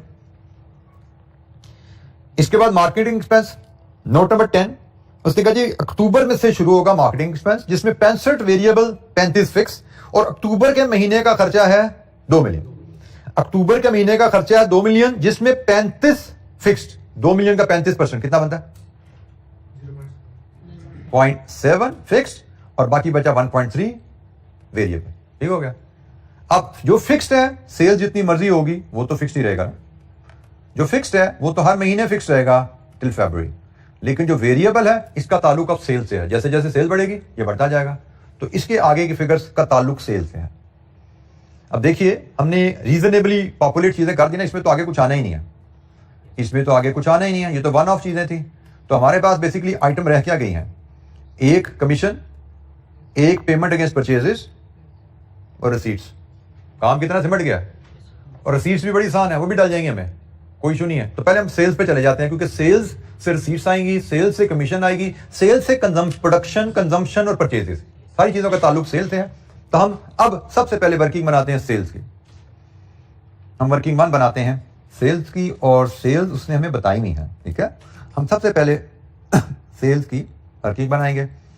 और इन्हीं महीनों में, यही 6 महीनों की हमें वर्किंग बनानी है जी. 5 क्यों? अक्टूबर से, बिल्कुल ठीक है जी. अक्टूबर से इंस्पेक्शन स्टार्ट हो रहे हैं. तो अक्टूबर, नवंबर, दिसंबर, जनवरी एंड फरवरी. अच्छा जी, सेल की फिगर उसने कहा जी आपकी सेल्स अक्टूबर में शुरू होंगी. पहली सेल आपकी अक्टूबर की 12 मिलियन. 12 मिलियन अक्टूबर की सेल्स है. इसके बाद वो कहता है जी आपकी सालाना माहाना सेल बढ़ती जाएंगी 2.5 के हिसाब से. 14.5, 7, 19.5 और जनवरी में हो जाएंगी 25. तो जैसे उसने लिखा हमने उसको डील कर दिया. अच्छा जी, इसके बाद वो क्या कहता है कि अब आज ये सेल्स आ गई, इससे हमने निकालनी है रिसीट्स. तो रिसीट्स के लिए जाइए नोट नंबर 3 पे. Cash sales 30% of total sales. Cash sale का मतलब जिस महीने की सेल उस महीने पैसा. तो जनाब हमने करना क्या है, हमने कहा जी कैश सेल्स के लिए हम वर्किंग 1 से उठाएंगे सेल्स की फिगर और उसका ले लेंगे 30%. ठीक हो गया जी. तो अक्टूबर का 12 मिलियन का 30% 3.6, नवंबर का 4.35 जी, दिसंबर का 5.1, जनवरी एंड फरवरी 7.5. लीजिए जी, क्या सेल्स आ गई. Credit sales note number 4, credit customer are expected to pay within 1 month. मतलब अक्टूबर की सेल का 70% नवंबर में आएगा. बिल्कुल ठीक हो गया जी. अक्टूबर की सेल का हम इसको लिखेंगे जी, हम वर्किंग 1 से लास्ट मंथ सेल का 70% ले रहे हैं. ठीक है जी. तो अक्टूबर की सेल का 70% 8.4, नवंबर की सेल का 70% 10.15, दिसंबर की सेल का 70% 11.90, जनवरी की सेल का 70%. जी जी, ये रिसीट्स भी पूरी होगी. रिसीट भी बड़ा आसान काम रहा. अब रह गया कमीशन. तो कमीशन के बारे में नोट है हमारे पास 5. 80% of credit sales would be generated by salesmen who would receive 5% commission on sales. The commission is payable in the following month after the sales. तो हमने करना है क्रेडिट सेल्स जिस महीने हुई उसके अगले महीने कमीशन पे करनी है, ऐसे ही है। तो हम इसकी वर्किंग यहां पे अगर बनाएं तो मैं लिखूंगा वर्किंग 1 से लास्ट मंथ सेल उठाओ, इसका 70% क्रेडिट सेल है, उसका 80% पे कमीशन पे होनी है और कमीशन पे होनी है 5%। ये मैंने छोटी सी वर्किंग में रखता था, छोटा हो गया उसको बड़ा करके दिखाता था। ये वर्किंग लिखी मैंने। कमीशन कैसे आएगी? वर्किंग 1 से लास्ट मंथ सेल उठाओ, लास्ट मंथ सेल का 70% क्रेडिट है, क्रेडिट सेल का 80% पे कमीशन जानी है और कमीशन कितनी जानी है? Reading the statement translating into number. ये काम है जी हमारा बजटिंग में। क्वेश्चन पढ़ना है और जैसे उसने कहा बेसिक कॉन्सेप्ट्स हमारे ठीक होने चाहिए। बाकी बजटिंग के क्वेश्चन में और कोई आपकी एक्सपर्टीज चाहिए ही नहीं, 101 के क्वेश्चन ध्यान से पढ़ना है, स्टेटमेंट में से नंबर निकलने। तो जनाब यहां से अगर हम बनाते हैं तो पहली अक्टूबर की क्रेडिट सेल्स के ऊपर नवंबर में पहली पेमेंट आनी है 0.34। वेरीफाई करते जाए सारे कैलकुलेशन जी। नेक्स्ट जी, नवंबर की सेल पे पेमेंट दिसंबर में 0.41, दिसंबर की सेल पे पेमेंट जनवरी में 0.48 और जनवरी की सेल में पेमेंट फरवरी में 0.55। अब ये सिंपल इजी काम था, जो इजी काम हम सारा कर चुके हैं, बहुत ही सिंपल स्ट्रेट फॉरवर्ड काम था।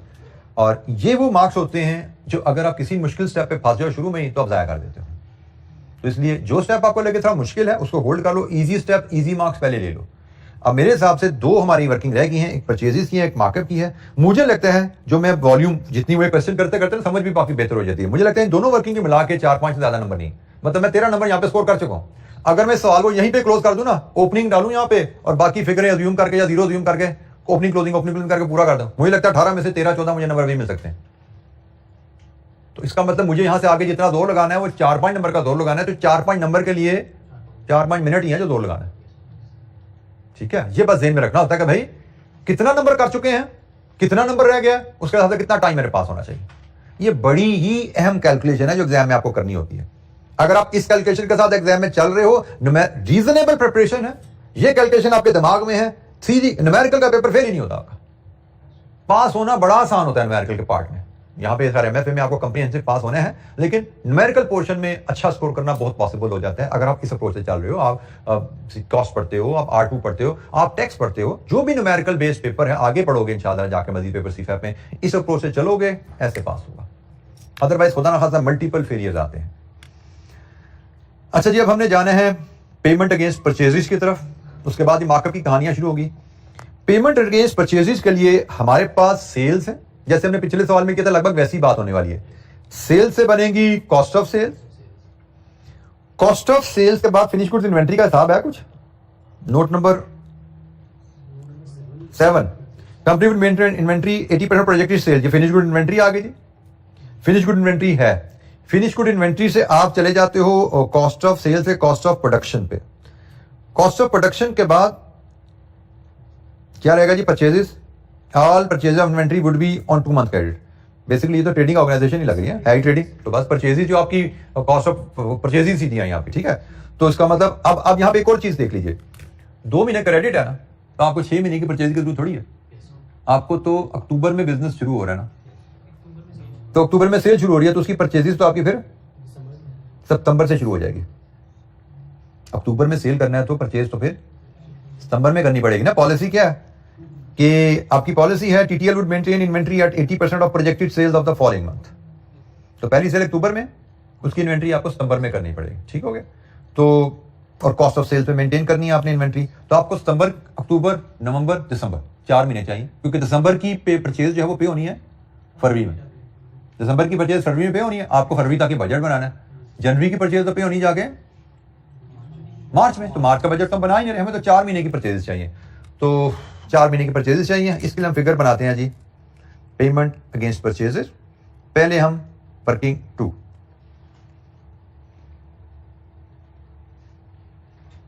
वर्किंग 2 सेल्स हमारे पास है, तो सेल्स को हम जीपी रेशो किधर है इनका, नोट नंबर 630, तो हम कॉस्ट ऑफ सेल्स लाते हैं। कॉस्ट ऑफ सेल्स क्या है? सेल्स ऊपर आ रही हैं, ठीक है जी, इसका 70%। कॉस्ट ऑफ सेल्स बनाइए जी। कॉस्ट ऑफ सेल्स हमारी बन गई जी 8.4, 10.15, 11.90, 13.65। आगे जाने की जरूरत नहीं है क्योंकि हमारा काम यहीं पे पूरा हो जाना है। हमने कहा जी कॉस्ट ऑफ सेल्स आ गई, cost of sales plus closing stock minus opening stock is purchases.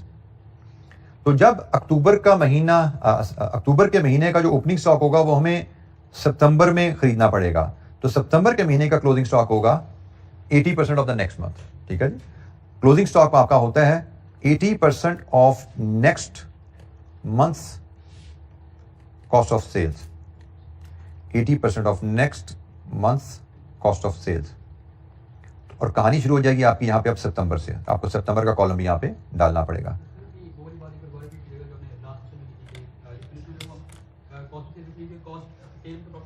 बेटा हमने क्लोजिंग स्टॉक मेजर करना है ना, तो stock is always measured at cost. उसने हमें बताया क्या है कि आपके पास स्टॉक अगले महीने की सेल्स रिक्वायरमेंट के बराबर है, लेकिन जब आप वैल्यू में मूव कर रहे हो तो सेल्स वैल्यू पे परसेंटेज नहीं लग जाएगा, क्योंकि हम स्टॉक यूनिट्स की टर्म में बात कर रहे होते हैं कि भाई कितने यूनिट, यूनिट तो कॉस्ट में हम खरीद रहे हैं ना, तो इसलिए मैंने पहले सेल्स को कॉस्ट में कन्वर्ट किया। अब वो कह रही जी 80% ऑफ द नेक्स्ट मंथ आपके पास यहां होना चाहिए। तो अक्टूबर का 80% कितना बनता है जी, जो आपका सितंबर में होना चाहिए 6.72, ये क्लोजिंग है। इसी तरह इसका क्लोजिंग बताइए 10.15 का जी अक्टूबर का क्लोजिंग बनेगा 8.12 जी 9.52, और जनवरी दिसंबर का क्लोजिंग 10.92। अब देखिएगा ये जो क्लोजिंग है ये अगला ओपनिंग बनता जाएगा 6.72, 8.12, 9.52। हमें आगे जाने की जरूरत नहीं है, हमें तो 4 महीने की दिसंबर तक परचेजेस चाहिए। तो लीजिए जनाब ये आपकी परचेजेस की फिगर यहां से आगे 6.72 सितंबर की परचेजेस हैं। अक्टूबर की परचेजेस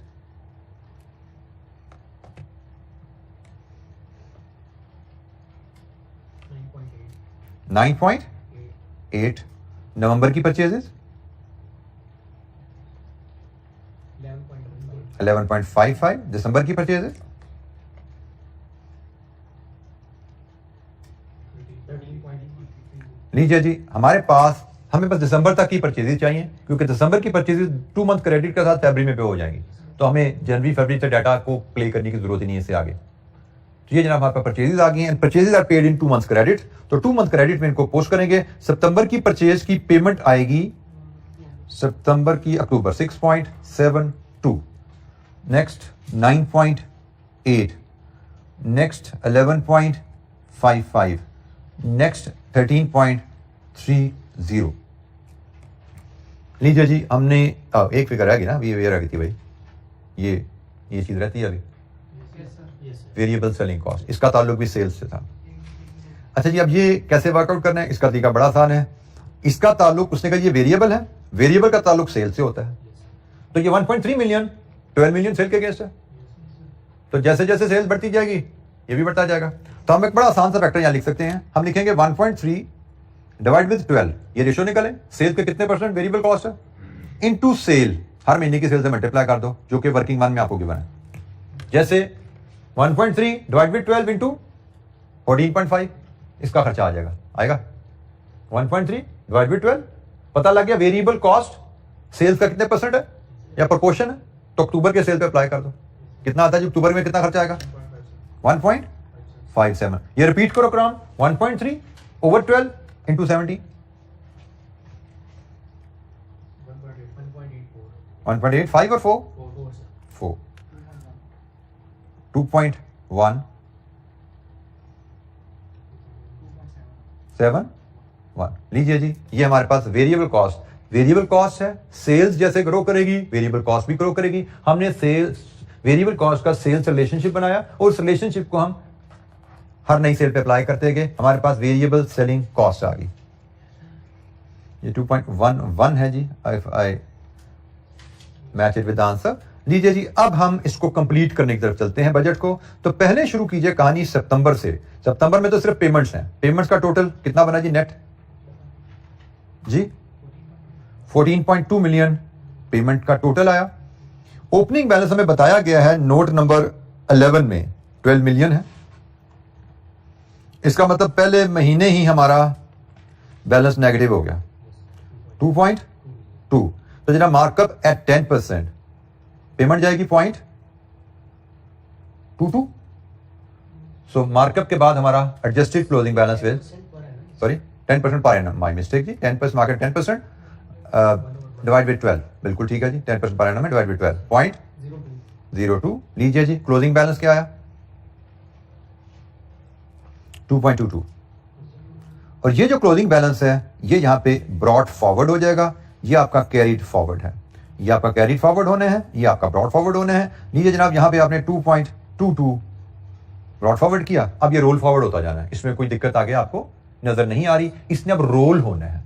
ठीक है, आप ऊपर से लाओगे, इसको सम करोगे, अगर यहाँ पे नेगेटिव हुआ तो उस पर मार्कअप कैलकुलेट करके आगे ले जाओगे, अगर पॉजिटिव हुआ तो यहाँ पे जीरो करके आगे ले जाना। ठीक है, नेगेटिव होगा तो मार्कअप आएगा, पॉजिटिव होगा तो जीरो। तो इसके बाद इसने अब रोल होने हैं जिसमें आप लोगों को कोई दिक्कत नहीं होनी चाहिए। और मार्कअप के लिए एक पॉइंट आपने बड़ा राइटली कहा कि हमें ये मंथली मार्कअप है, हमें इसको 10% पे 10% डिवाइड बाई 12 करके इसको बनाना है क्वार्टरली। जी कोई सवाल? इसको जरा कैलकुलेट कीजिए, मुझे फाइनल बैलेंस बता ही दीजिए यहाँ पे क्या आता है, ताकि रिकॉर्ड पे आ जाए सबके सामने कि क्लोजिंग बैलेंस यहाँ पे फाइनल हमारा क्या आ रहा है। फरवरी के एंड पे ये बॉक्स में क्या बैलेंस शो करेंगे आप?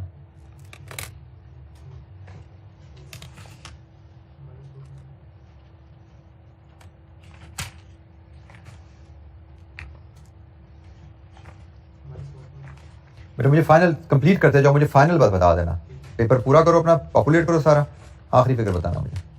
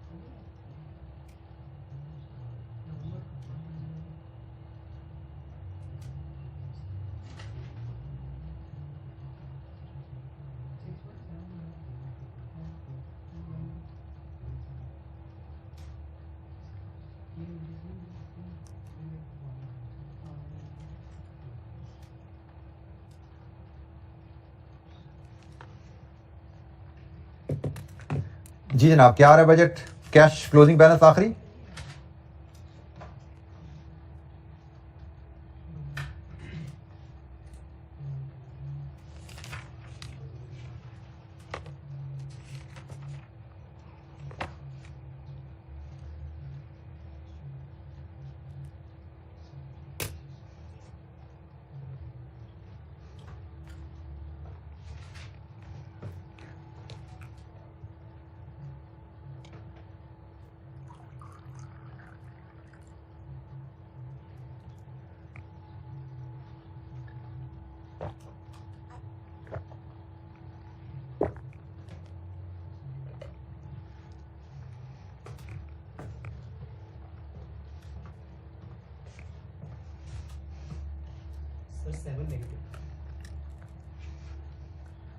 7 million negative.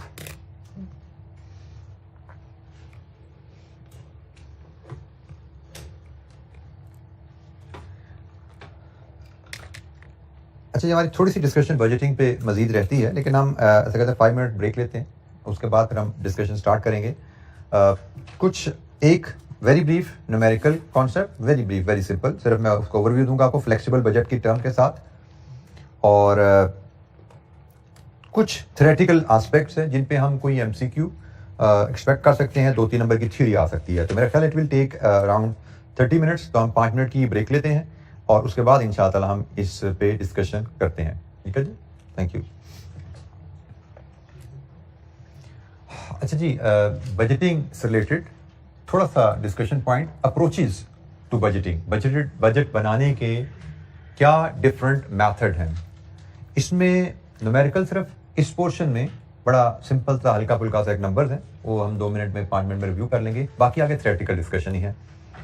तो एक अप्रोच है जी fixed and flexible budget. Budget का कॉन्सेप्ट अगर आप रिकॉल करो तो बजट के बारे में हमने बात की थी, बजट इज अ टारगेट जिसकी बेसिस पे हम टीम को मोटिवेट कर सकते हैं, इसको इंसेंटिव से लिंक करके, और टीम की परफॉर्मेंस मेजर कर सकते हैं। बजटिंग में एक छोटा सा चैलेंज क्या आता है कि आपने बजट बनाया होता है साल के शुरू में कि हम अगले साल 10,000 यूनिट्स बेचेंगे और 10,000 यूनिट बेचने के लिए हम 8,000 यूनिट्स या 9,000 यूनिट प्रोड्यूस करेंगे। बजट बना लिया आपने, 10,000 की सेल, 9,000 की प्रोडक्शन, बजट बन गया। अब एक्चुअल रिजल्ट आया तो सेल थी 9,000 की, प्रोडक्शन थी से 8,500 की। यहां पे किया जाता है कंपैरिजन, बजट क्या था, एक्चुअल क्या है, और एफिशिएंसी क्या रही। सेल्स की एफिशिएंसी तो बड़े आसानी से मेजर हो जाती है कि आपने कितने यूनिट बेचने थे, कितने बेचे, किस प्राइस पे बेचने थे, किस प्राइस पे बेचे, बड़ी आसानी से हो जाती है। इशू आ गया कॉस्ट में आपको कि अब आप बस बजट में 8,000 यूनिट्स का कॉलम बना हुआ है कॉस्ट का, एक्चुअल आपने 8,500 यूनिट बेच दिए हैं। अब 8,000 यूनिट्स के कॉलम को 8,500 यूनिट्स के कॉलम से कंपेयर करना does not make any sense. हम देखना चाहते हैं कि हमारी टीम ने जो प्रोडक्शन की, जो कॉस्ट इनकर की, वो कितनी एफिशिएंटली इनकर की। तो एफिशिएंटली कॉस्ट इनकर की देखना चाहते हैं तो comparison should be like with like. तो यहां से कॉन्सेप्ट आता है कि आपने साल के शुरू में जब बजट बनाया वो आपने एक एक्टिविटी को देख के बना लिया, साल के एंड पे एक्चुअल एक्टिविटी आई, एक्चुअल एक्टिविटी आपकी इनिशियल बजट से अगर मुख्तलिफ है तो फिर कहा जाता है कि आप बजट को अपने फ्लेक्स कर लो, बजट को फ्लेक्स कर लो, then do the comparison. Budget को फ्लेक्स करने का तरीका क्या है कि आपने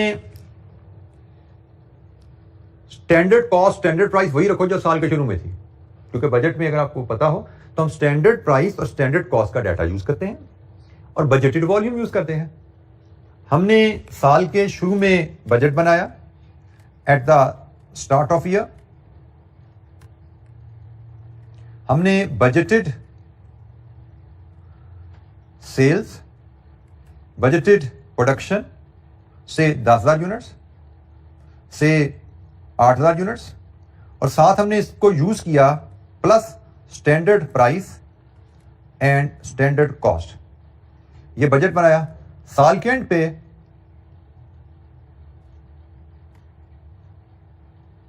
हमें एक्चुअल डाटा मिला, एक्चुअल सेल्स से 9,000 और एक्चुअल प्रोडक्शन से 8,500 है।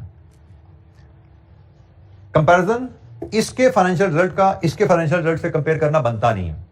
कंपैरिजन 8,000 यूनिट्स की कॉस्ट को 8,500 यूनिट की कॉस्ट से कंपेयर करना बनता नहीं है, क्योंकि हम टीम की परफॉर्मेंस देखना चाहते हैं, हमारी कॉस्ट में एफिशिएंसी कैसी रही। वेरियंस एनालिसिस अगर आपको याद हो KF3 में पढ़ा हुआ था, तो हम लाइक विद लाइक 8,000 यूनिट्स पे कितना खर्चा आया, 8,500 पे कितना खर्चा आया, 8,500 पे कितना खर्चा आना चाहिए था, उससे कंपेयर करेगा ना। ये तो 8,000 का खर्चा कितना आना चाहिए था वो है। तो इस मौके पे कहा जाता है कि आप इस बजट में को फ्लेक्स कर लो। कंपैरिजन से पहले आप फ्लेक्सिबल बजट बनाओ। फ्लेक्सिबल बजट में आप वॉल्यूम करोगे यूज ये, और कॉस्ट एंड प्राइस करोगे ये। ठीक है, साल के शुरू में आपने इस वॉल्यूम और इस कॉस्ट प्राइस पर बजट बनाया था, साल के एंड पे पता लगा कि हमारा एक्चुअल वॉल्यूम कुछ और है, तो आपने कहा जी हम अपना बजट रिवाइज कर लेते हैं।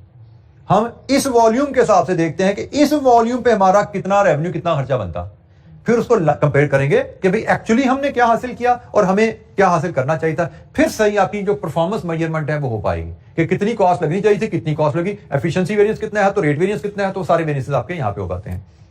फ्लेक्सिबल बजट के लिए इलस्ट्रेशन 9 हम कैसे फ्लेक्स करते हैं बजट को, उसको रिव्यू करने के लिए हम देखते हैं।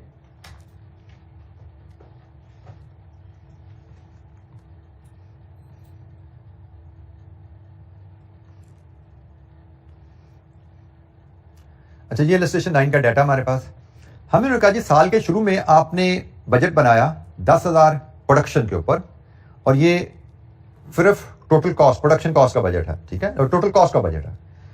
इसमें एनालिसिस किया गया, तो हमें जो डाटा दिया जा रहा है उसमें मटेरियल ये 70 रुपीज पर यूनिट है, labour 25, variable overhead 20, fixed overhead 100,000 है, पर यूनिट 10 आ गया, ठीक है, ये टोटल है, ये पर यूनिट आ गया। डायरेक्ट एक्सपेंसेस 5 है, सेलिंग एक्सपेंसेस पर यूनिट 13 है लेकिन इसमें 10% फिक्स्ड है, डिस्ट्रीब्यूशन एक्सपेंसेस पर यूनिट 7 है लेकिन इसमें 20% फिक्स्ड है, एडमिन एक्सपेंसेस 50,000 है, इसका पर यूनिट उन्होंने 5 बनाया हुआ है। ये टोटल कॉस्ट पर यूनिट बनाई गई है।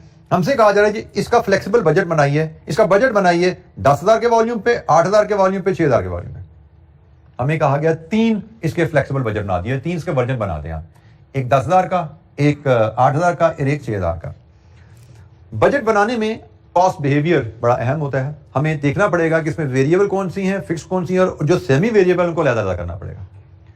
क्यों अलग करना जरूरी है कि जब वॉल्यूम बदलेगा तो सिर्फ वेरिएबल बदलेंगे, फिक्स नहीं बदलेंगे, ठीक है। तो इसलिए हमें वेरिएबल फिक्स को अलग करना है ताकि डिफरेंट वॉल्यूम पे हम फिक्स को कांस्टेंट रखेंगे, वेरिएबल को बदलेंगे। तो इसके लिए हम एक फॉर्मेट 3 कॉलम में ये ड्रॉ कर लेते हैं, जिसको हम इलस्ट्रेशन नंबर 9, 3 कॉलम हम ड्रा करते हैं जी।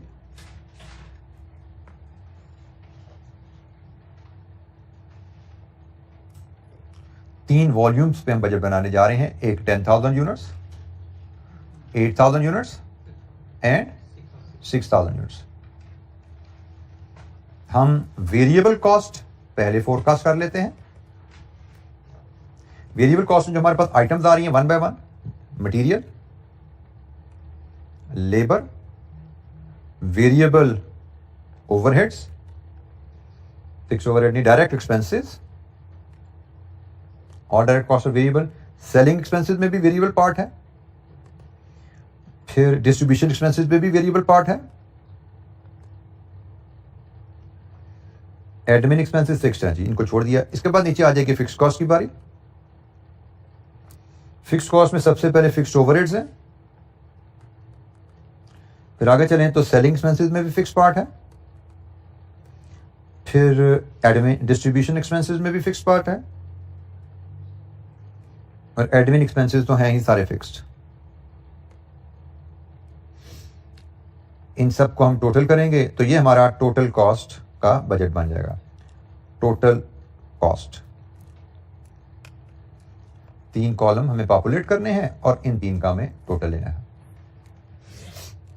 अच्छा जी, चलें वेरिएबल कॉस्ट से शुरू करते हैं। मैं पहला कॉलम आपके साथ पॉपुलेट करता हूं। पहला कॉलम मटेरियल 70 इंटू 10,000, कितना जी? 700,000। Labour 25 into 10,000, 2,50,000। Variable overhead 20 into 10,000, 2 lakh. Direct expenses 5 into 10,000, 50,000। Selling expenses 10% fixed. 13 में 10% फिक्स है, मतलब 13 में 90% वेरिएबल है, इंटू 10,000। यहीं पे वर्किंग कर ले तो 11,7,000। डिस्ट्रीब्यूशन एक्सपेंसेस हैं जी आपके 7 रुपए, जिसमें 20% फिक्स हो, मतलब 80% वेरिएबल,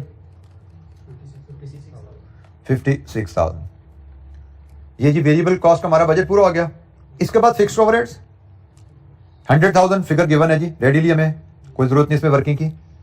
सेलिंग एक्सपेंसेस, अब जरा देखिएगा सेलिंग एक्सपेंसेस 13 का 10% इसका एब्जॉर्प्शन रेट है।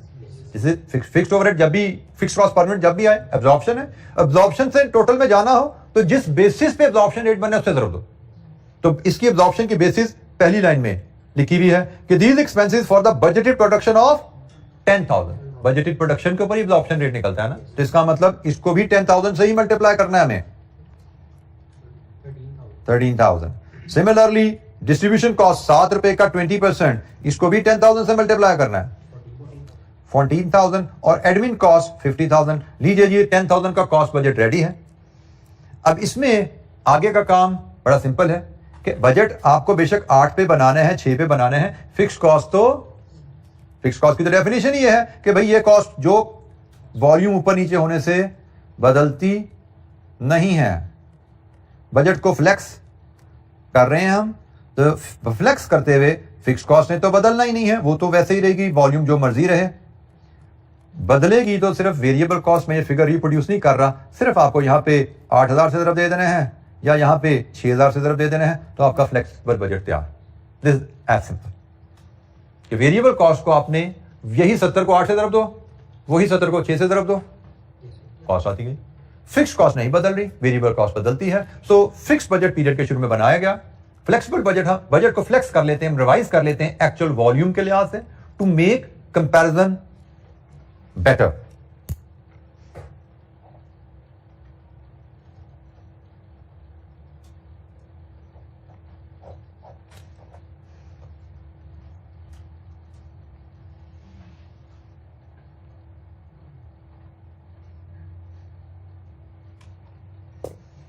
अच्छा जी, ये फिक्स्ड एंड फ्लेक्सिबल बजट, हमने कहा जी एक अप्रोच बजट प्रिपरेशन के फिक्स और फ्लेक्सिबल बजट बनाना है।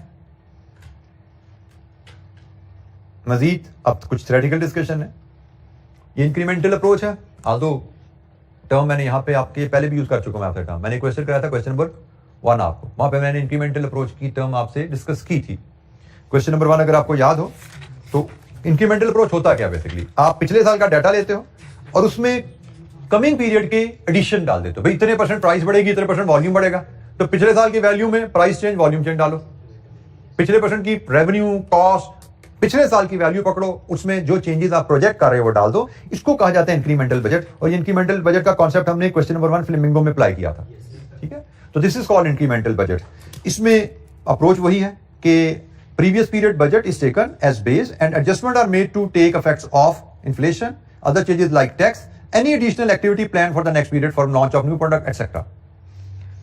फायदा क्या है इंक्रीमेंटल बजट का? It makes budgeting process simple, budgeting simple हो जाती है। Suitable for stable business environment, जिन बिजनेसेस में बहुत ज्यादा ऊंच नीच उतार चढ़ाव नहीं है उनके लिए ये तरीका बहुत सुटेबल है। Required information is readily available, सारा बजट तो बना पड़ा है, बस उसमें सिर्फ प्लस माइनस ही करना है ना, तो इट इज क्विक। इशू क्या है, प्रॉब्लम है इसके साथ ही, errors of prior period will be carried forward. पिछले साल बजट बनाने में गलती होगी है तो वो गलती अगले पीरियड में भी आ गई ना, क्योंकि आपने पिछले बजट को बेस करके प्लस माइनस कर दिया आपने। एरर को बजटरी स्लैक भी कहा जाता है। बजटरी स्लैक को आगे चल के मैं शायद मजीद इलैबोरेट कर दूं, लेकिन फिर for the time being budget में जो एरर्स हैं उनको बजटरी स्लैक भी कह सकते हैं। Uneconomical activity of previous period में बी कैरीड फॉरवर्ड, मतलब अगर पिछले पीरियड में हमसे कोई गलत फैसला हो गया है तो अगले पीरियड में हम वैसे चल पड़ेंगे। जैसे पिछले पीरियड में हमने आउटसोर्सिंग के बजाय इन हाउस का फैसला कर लिया था, गलत फैसला था, हमें आउटसोर्सिंग में ज्यादा फायदा था, लेकिन पिछला पीरियड चूंकि इन हाउस प्रोडक्शन पे बना हुआ है, आपको अगली दफा भी इन हाउस प्रोडक्शन ही आनी है, क्योंकि इंक्रीमेंटल जो पिछली दफा किया था उसको प्लस माइनस कर दो, चेंज नहीं कर रहे कुछ स्ट्रेटजी, दोबारा रीथिंक नहीं कर रहे। इन्फ्लेशन में भी डिफिकल्ट टू एस्टिमेट, ये जिसके ब्रीफली ड्रॉबैक्स हैं। तो क्विकली एक स्लाइड में इतना नॉलेज जो आपके पास है इसको रीड थ्रू करना, this is enough. Incremental budget कोई बहुत ज्यादा अहम या क्रिटिकल ये डिस्कशन नहीं है, थोड़ी सी अगर रेलेवेंट और हम क्रिटिकल डिस्कशन समझते हैं तो ये जीरो बेस्ड है, ये थोड़ा सा हट के टॉपिक है, इस पे हमें कोई MCQs वगैरह बन सकते हैं, इस पे 3-4 नंबर का नोट भी बन सकता है। Zero based budgeting, zero based budgeting जैसे इसके नाम से जाहिर है बिल्कुल इंक्रीमेंटल बजट के ऑपोजिट। इंक्रीमेंटल में हमने कहा था पिछले साल के बजट को बेस करो, यहां पे कह रहे हैं कोई बेस नहीं है, जीरो से शुरू करो काम। अच्छा, ये बजट नॉर्मली यूज किया जाता है गवर्नमेंट अथॉरिटीज में। इसकी एग्जांपल लेनी है तो मैं आपको इसका पूरा प्रोसेस समझाने के लिए, इसके स्टेप्स को समझाने के लिए आप मिसाल लो एक काउंसलर की। काउंसलर जो लोकल लेवल पे होते हैं, जिसको हम यूनियन काउंसिल कह लो, जो लोकेलिटी पे ऑपरेट करते हैं, उनका काम होता है infrastructure development in local community. हमारे यहाँ पे एमएनए और एमपीएस काम पे लगे होते हैं, गलियां बनाने, सड़कें बनाने, नालियां गटर ठीक करवाने। ये काम उनका नहीं है, ये काम काउंसलर लेवल के छोटे बंदे के आदमी का है। एमएनए एमपीए का काम अगर देखा पॉलिसी मेकिंग है, लॉ मेकिंग है, ये काम उनका है। तो काउंसलर फॉर एग्जांपल एक आया, अब उसने अपने डिपार्टमेंट का बजट बनाना है। Councillor would follow zero based budgeting approach, he should follow zero based budgeting approach. कैसे स्टेप्स क्या होते हैं जी? सबसे पहला स्टेप होता है identify decision, prepare decision packages. Decision packages से मुराद होता है, फॉर एग्जांपल काउंसलर अपने ऑफिस अगले साल का अपने इलाके का बजट बनाने बैठा, डिसीजन पैकेजेस से मुराद होता है हमें अगले साल हमारी कम्युनिटी को किस किस चीज की जरूरत है। This is called decision packages.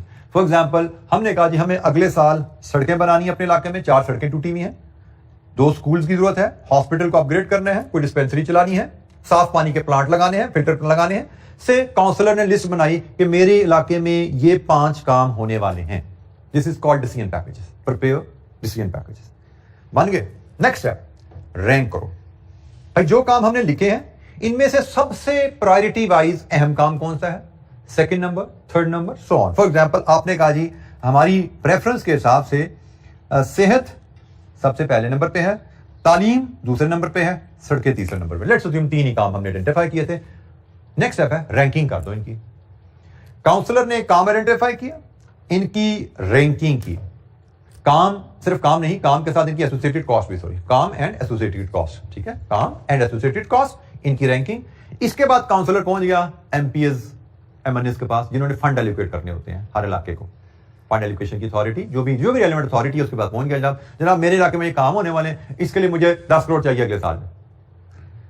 Identify the funds allocated to the department. MPA ने कहा जी 10 करोड़ तो नहीं, आपको तो हम 5 करोड़ दे सकते हैं।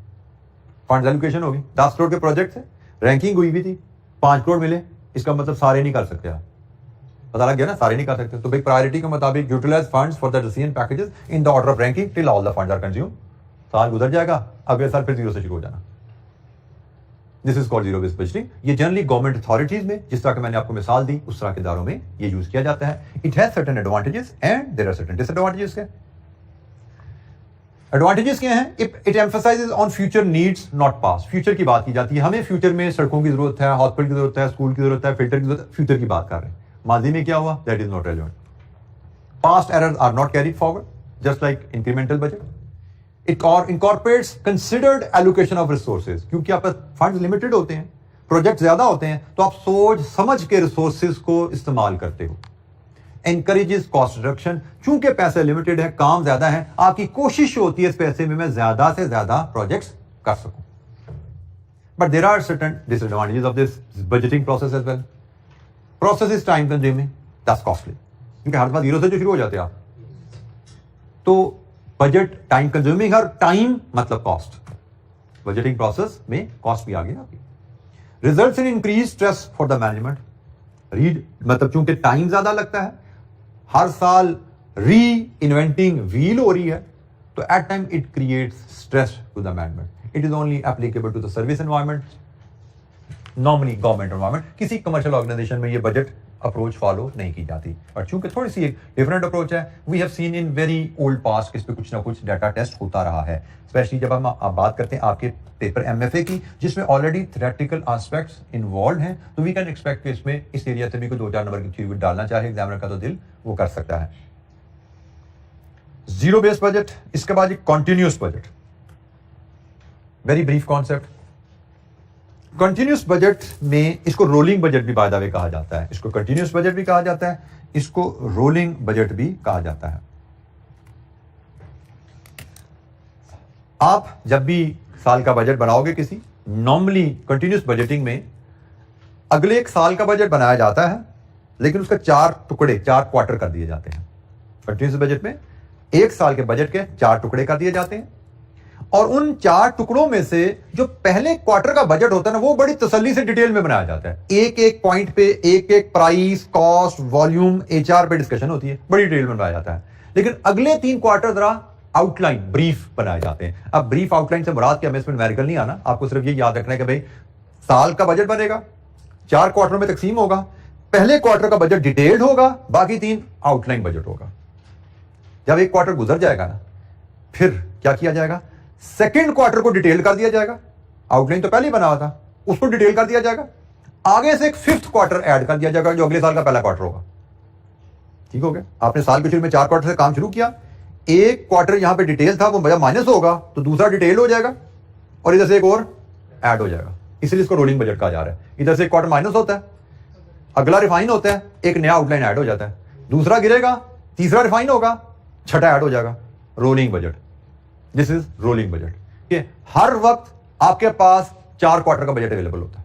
जैसे एक क्वार्टर पूरा होता है, अगला फिर डाल देते हो आप। ठीक है, this is called rolling budget, this is called continuous budget. Advantages, it is more accurate, क्योंकि आप हर क्वार्टर के बाद अगला क्वार्टर रिफाइन कर देते हो ना। तो अगर आपकी एक क्वार्टर में आपको गलतियां पता लगी, वो सेकंड क्वार्टर में ठीक कर देते हो, क्योंकि आप बजट सिर्फ एक क्वार्टर का लेके चल रहे हो ना। आप एक साल का अंदाजा लगाना मुश्किल है, लेकिन 3 महीनों का अंदाजा लगाना आसान होता है, उनकी एक्यूरेसी भी बेहतर होती है। तो बजट हमारा एक्यूरेट रहता है। It provides better information for performance appraisal. Budget accurate है तो परफॉर्मेंस अप्रेजल के लिए जितनी एक्यूरेट इंफॉर्मेशन होगी उतना बेहतर रहेगा। Makes budgeting a serious activity in the organisation, क्योंकि बजट को अहमियत बहुत दी जा रही है। हर क्वार्टर बाद बजट हो रहा है तो budget becomes a serious activity. लेकिन ये इतनी सीरियस हो जाती है कि increase budgeting work may leave less time for the management for actual work. ये इसका ड्रॉबैक है कि बजटिंग की खेलते रहते हैं, काम करने का तो मौका ही नहीं मिलता। टारगेट ही सेट हो रहे हैं, टारगेट को पूरा करने के लिए भी तो मौका दो। ये इसका बहुत बड़ा ड्रॉबैक है कि आप हर क्वार्टर के बाद बजट में घुस जाते हैं। नॉर्मल एनुअल बजट बनाओ ना, साल में 15-20 दिन महीने की एक्टिविटी होती है, उसके बाद 11 महीने टिका के काम होता रहता है टारगेट हासिल करने के पीछे। इसमें ये इशू है कि budgeting takes too much time, actual काम करने के लिए टाइम बचता ही नहीं आपके पास। और जाहिर बात है टाइम जा रहा है तो कॉस्टली भी है, टाइम कंज्यूमिंग भी है। ये इसके ड्रॉबैक्स हैं। बेटा अप्रोचेस है, कुछ ऑर्गेनाइजेशन को हो सकता है ये अप्रोच सूट करे, लेकिन ज्यादातर ऑर्गेनाइजेशन इस पे शायद ना चलनी चाहे, क्योंकि ये आपको बताया जा रहा है तरीके हैं। आप अपनी ऑर्गेनाइजेशन के हिसाब से देखो आपको क्या सूट करता है। जैसे कुछ ऑर्गेनाइजेशन को जीरो बेस्ड बजट सूट करेगा, लेकिन बड़ी लिमिटेड ऑर्गेनाइजेशन को, एग्जाम्पल मैंने आपको दे दी, काउंसलर का ऑफिस है, म्यूनिसिपल कम्युनिटी का ऑफिस है, उनको सूट करेगा, लेकिन किसी कमर्शियल ऑर्गेनाइजेशन को सूट नहीं करेगा। अब जैसे एक परफॉर्मेंस बजट भी है जी बेटा,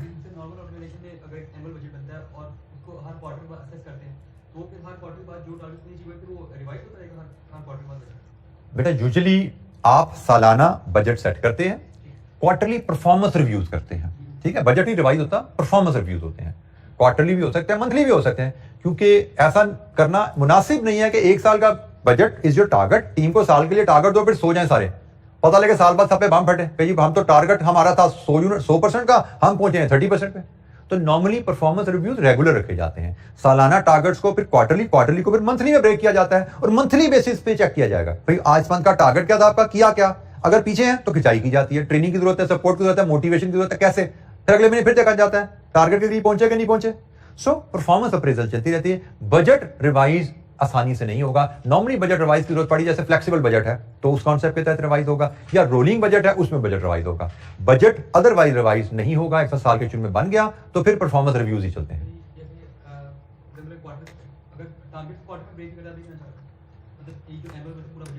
बेटा अगर तो आप रोलिंग बजट की अप्रोच पे चल रहे हो तो फिर बजट रोल होगा, ठीक है, जिसमें आपने फर्स्ट क्वार्टर गुजरने के बाद जब नेक्स्ट क्वार्टर का बजट डिटेल में बनाओगे, you may like to incorporate certain revision from the experience of the first quarter.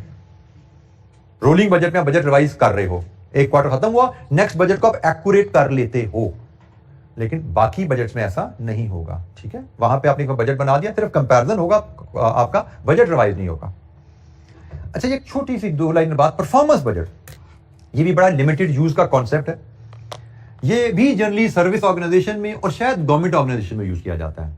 इसकी मिसाल ले लो, जिना हॉस्पिटल का बजट बनाना प्रैक्टिकली पॉसिबल नहीं होता, क्योंकि जिना हॉस्पिटल बजट का मतलब टारगेट और परफॉर्मेंस अप्रेजल है। अब जिना हॉस्पिटल सरकारी हॉस्पिटल है जिसकी ना कोई इनकम का हिसाब है, ना कोई ये पता है पेशेंट्स कितने आएंगे, ना इनको कोई टारगेट दिया जाता है कि पेशेंट को लेके आओ।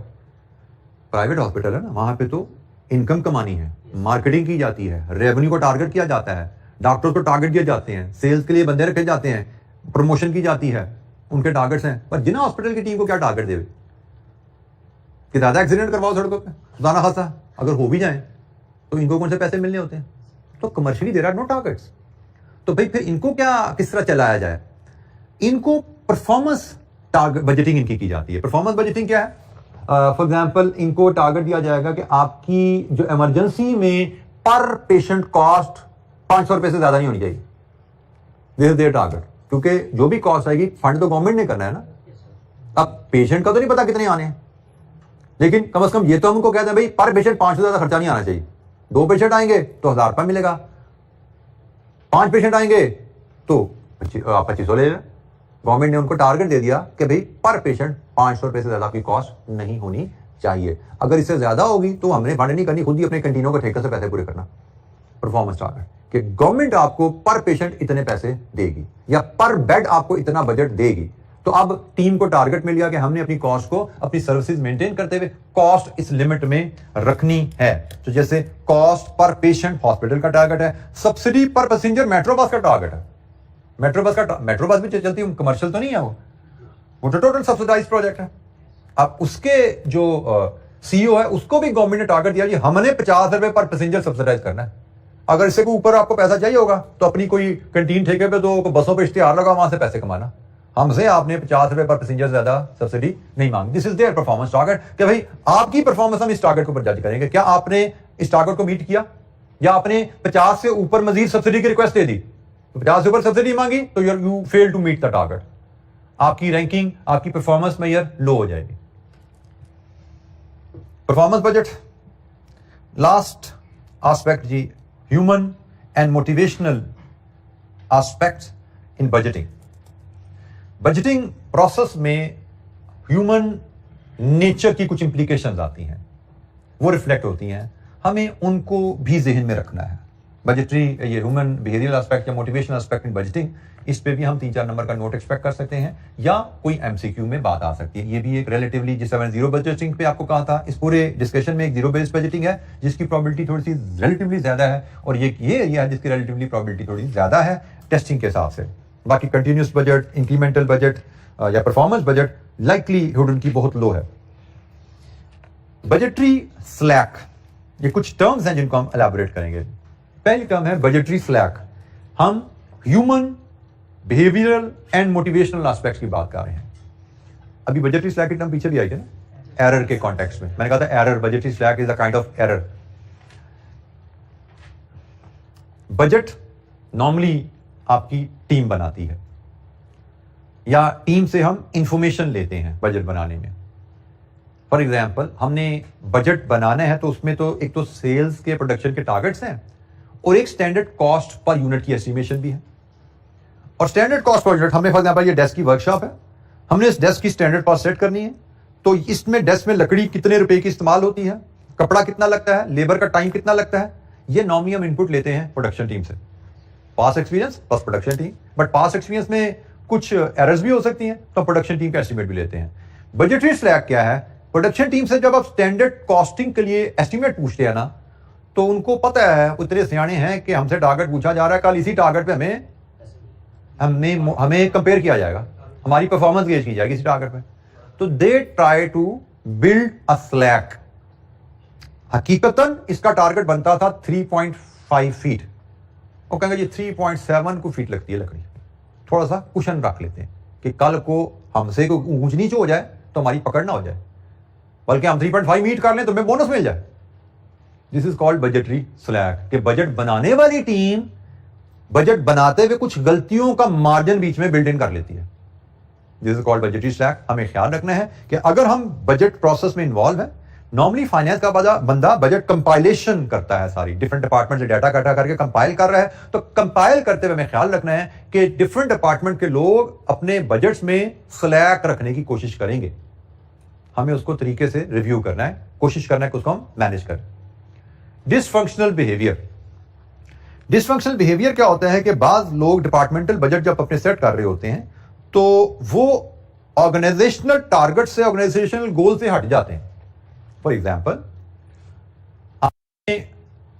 सेल्स की टीम और प्रोडक्शन टीम की टीम ने मिलकर बजट बनाया, जब उनको आपने फैसला बनाया, बजट बनाने को कहा, उन लोगों ने फोकस किया कि हम जो हमारी एग्जिस्टिंग प्रोडक्ट है इनकी सेल्स की प्रमोशन पे एक्स अमाउंट स्पेंड करें और हमें कोई नई प्रोडक्ट लॉन्च करने की जरूरत नहीं है।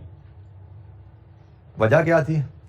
क्योंकि उनकी जो इंक्रीमेंट है और बोनस है वो फॉर द ईयर प्रॉफिट पे डिपेंडेंट है, और फॉर द ईयर प्रॉफिट बढ़ाने का तरीका तो ये है जो प्रोडक्ट बेच रहे हैं इसको टका के बेचो। लेकिन अब आ जाओ ऑर्गेनाइजेशनल शूज में, सीईओ के शूज में चले जाओ, तो सीईओ ने सिर्फ जो बेच रहे हो वही नहीं बेचना, सीईओ ने ये भी देखना है कि जो हम बेच रहे हैं अगले कितने साल ये बिकेगी चीज, टेस्ट चेंजेस कितने आ रहे हैं, कंपेटिटर्स कितने एंटर हो रहे हैं इस मार्केट में, तो क्या हमें कोई नई प्रोडक्ट लॉन्च करने की जरूरत नहीं, ये सीईओ ने देखना है। और हो सकता है सीईओ में कम अप विद आइडिया कि कंपनी को इस वक्त नई प्रोडक्ट डेवलपमेंट और लॉन्च की तरफ जाना चाहिए, क्योंकि अगले 1-2 सालों में हमारी एग्जिस्टिंग प्रोडक्ट में से 2 प्रोडक्ट्स उठ जाएंगी, कंपेटिटर खा जाएंगे या out of fashion out of taste हो जाएंगे। अब अगर हम सीईओ का पॉइंट ऑफ व्यू बीच में लाएं तो इट इज हाई टाइम कि नई प्रोडक्ट डेवलप करके लॉन्च की जाए। लेकिन अगर नई प्रोडक्ट डेवलपमेंट और लॉन्च की तरफ जाएं तो आपको पता होनी चाहिए नई प्रोडक्ट डेवलपमेंट पे भी खर्चा बहुत ज्यादा आता है, और लॉन्च करते हो तो इनिशियली एकदम थोड़ी पॉपुलर हो जाती प्रोडक्ट, शुरू में तो वॉल्यूम भी कम होते हैं उसके, तो शायद जब हम नई प्रोडक्ट लॉन्च पर जाएं तो इनिशियल ईयर्स में हमारे प्रॉफिट्स डिप खा जाएं, एक दफा डिप खा जाए। लेकिन प्रॉफिट डिप खा जाए ये हमारी सेल्स टीम को एक्सेप्टेबल नहीं है, प्रोडक्शन टीम को एक्सेप्टेबल नहीं है, क्योंकि उनके तो बोनसेस लिंक है सालाना मुनाफा पे। This is called dysfunctional behaviour कि ऑर्गेनाइजेशनल टारगेट्स कुछ और होते हैं, इंडिविजुअल टारगेट्स कुछ और हो सकते हैं। तो जब बजट बनाया जाता है तो चूंकि इंडिविजुअल्स बजट बना रहे होते हैं वो अपने टारगेट्स को प्रेफरेंस दे देते हैं, ऑर्गेनाइजेशनल टारगेट इग्नोर हो जाते हैं। This is dysfunctional behaviour. यहां पे फिर वही बात आ गई कि हमें इस चीज को भी ध्यान में रखना है बजट कंपाइल करते हुए कि भाई जो टारगेट सेट किए गए हैं क्या वो टारगेट हमारी कंपनी के टारगेट्स को अचीव करने में हेल्प करेंगे, या सिर्फ इंडिविजुअल्स को फायदा देंगे 1 साल में, उसके बाद इंडिविजुअल नौकरी बदल लेंगे और हमारी कंपनी का पट्टा बैठ जाएगा। तो हमें इस चीज को ख्याल रखना है कि भाई ये इशू आ जाता है बजटिंग में। एंड लास्ट पॉइंट इसमें बजटरी स्टाइल का आता है कि ये भी ह्यूमन मोटिवेशन पे अंदाज होते हैं। बजटरी स्टाइल से हमारा बजट प्रेपरेशन का स्टाइल, एक होता है इम्पोज स्टाइल जिसमें सीईओ और 4 लोग मिलके ऊपर के से CEO, director finance, director marketing, director sales, ये बैठते हैं कमरे में 2-4 दिन एक्सरसाइज करते हैं, टारगेट बनाए और बांट दिए, ये लो जी आपके टारगेट है, या आपने इतने यूनिट बनाने हैं, आपने इतने बेचने हैं, आपने इतने खर्चे ऐसा कंट्रोल करने, ऐसे करना, टारगेट दे दिया सबको। This is called imposed, top से नीचे इंपोज किया गया, इसको टॉप डाउन बजट भी कहा जाता है। दूसरा तरीका है बॉटम अप या पार्टिसिपेटिव स्टाइल कि भाई टीम ने टॉप पे बैठ के बजट नहीं बनाया, उसने सब लोगों को इकट्ठा किया, डिपार्टमेंट के मैनेजर्स को, 4-5 लोग जो बड़े थे उन्होंने सारे मैनेजर्स को इकट्ठा किया, 10-20-25 लोगों की टीम है, उनको गाइडलाइन दी कि भाई हम अगले साल का बजट बनाने के प्रोसेस में एंटर हो रहे हैं, हमारे इस तरह के टारगेट्स हैं, तो you are encourage to come up with your budget proposals. आप लेके आओ क्या टारगेट्स होने चाहिए आपके डिपार्टमेंटल, आप लेके आओ ऑर्गेनाइजेशन टारगेट्स हमारे क्या होने चाहिए, और फिर उन ऑर्गेनाइजेशन टारगेट्स को फिर बजटरी कमेटी इसको रिव्यू एंड फाइनलाइज करे। This is called participative style of budgeting या बॉटम अप बजटिंग। नीचे को लोगों ने खुद अपने टारगेट सेट किए हैं। कुछ एडवांटेज एंड डिसएडवांटेजेस हैं। पार्टिसिपेटिव स्टाइल के क्या फायदे हैं, ये पार्टिसिपेटिव स्टाइल के फायदे हो गए, तो ये इंपोज स्टाइल के नुकसानात हो गए। ये पार्टिसिपेटिव स्टाइल के नुकसानात हैं तो ये इंपोज स्टाइल के फायदे हैं। रीड थ्रू दीज, इनमें कोई पॉइंट आपको लगता है विच रिक्वायर, रटा नहीं लगाना, समझने के अंदाज में पढ़िए, आपको लगता है कोई पॉइंट एक्सप्लेनेशन चाहिए पूछिए।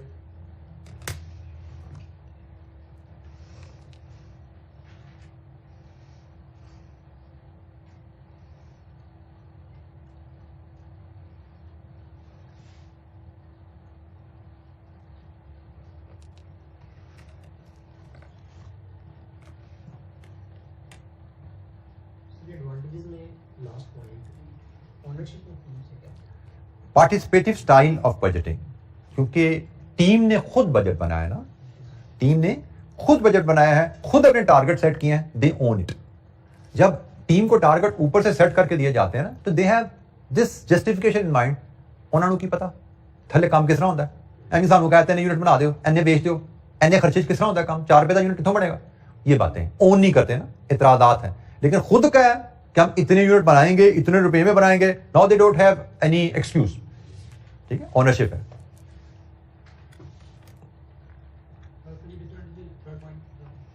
डिसएडवांटेजेस का थर्ड पॉइंट, पार्टिसिपेटिव स्टाइल का disadvantages, senior management may not be able to give up control.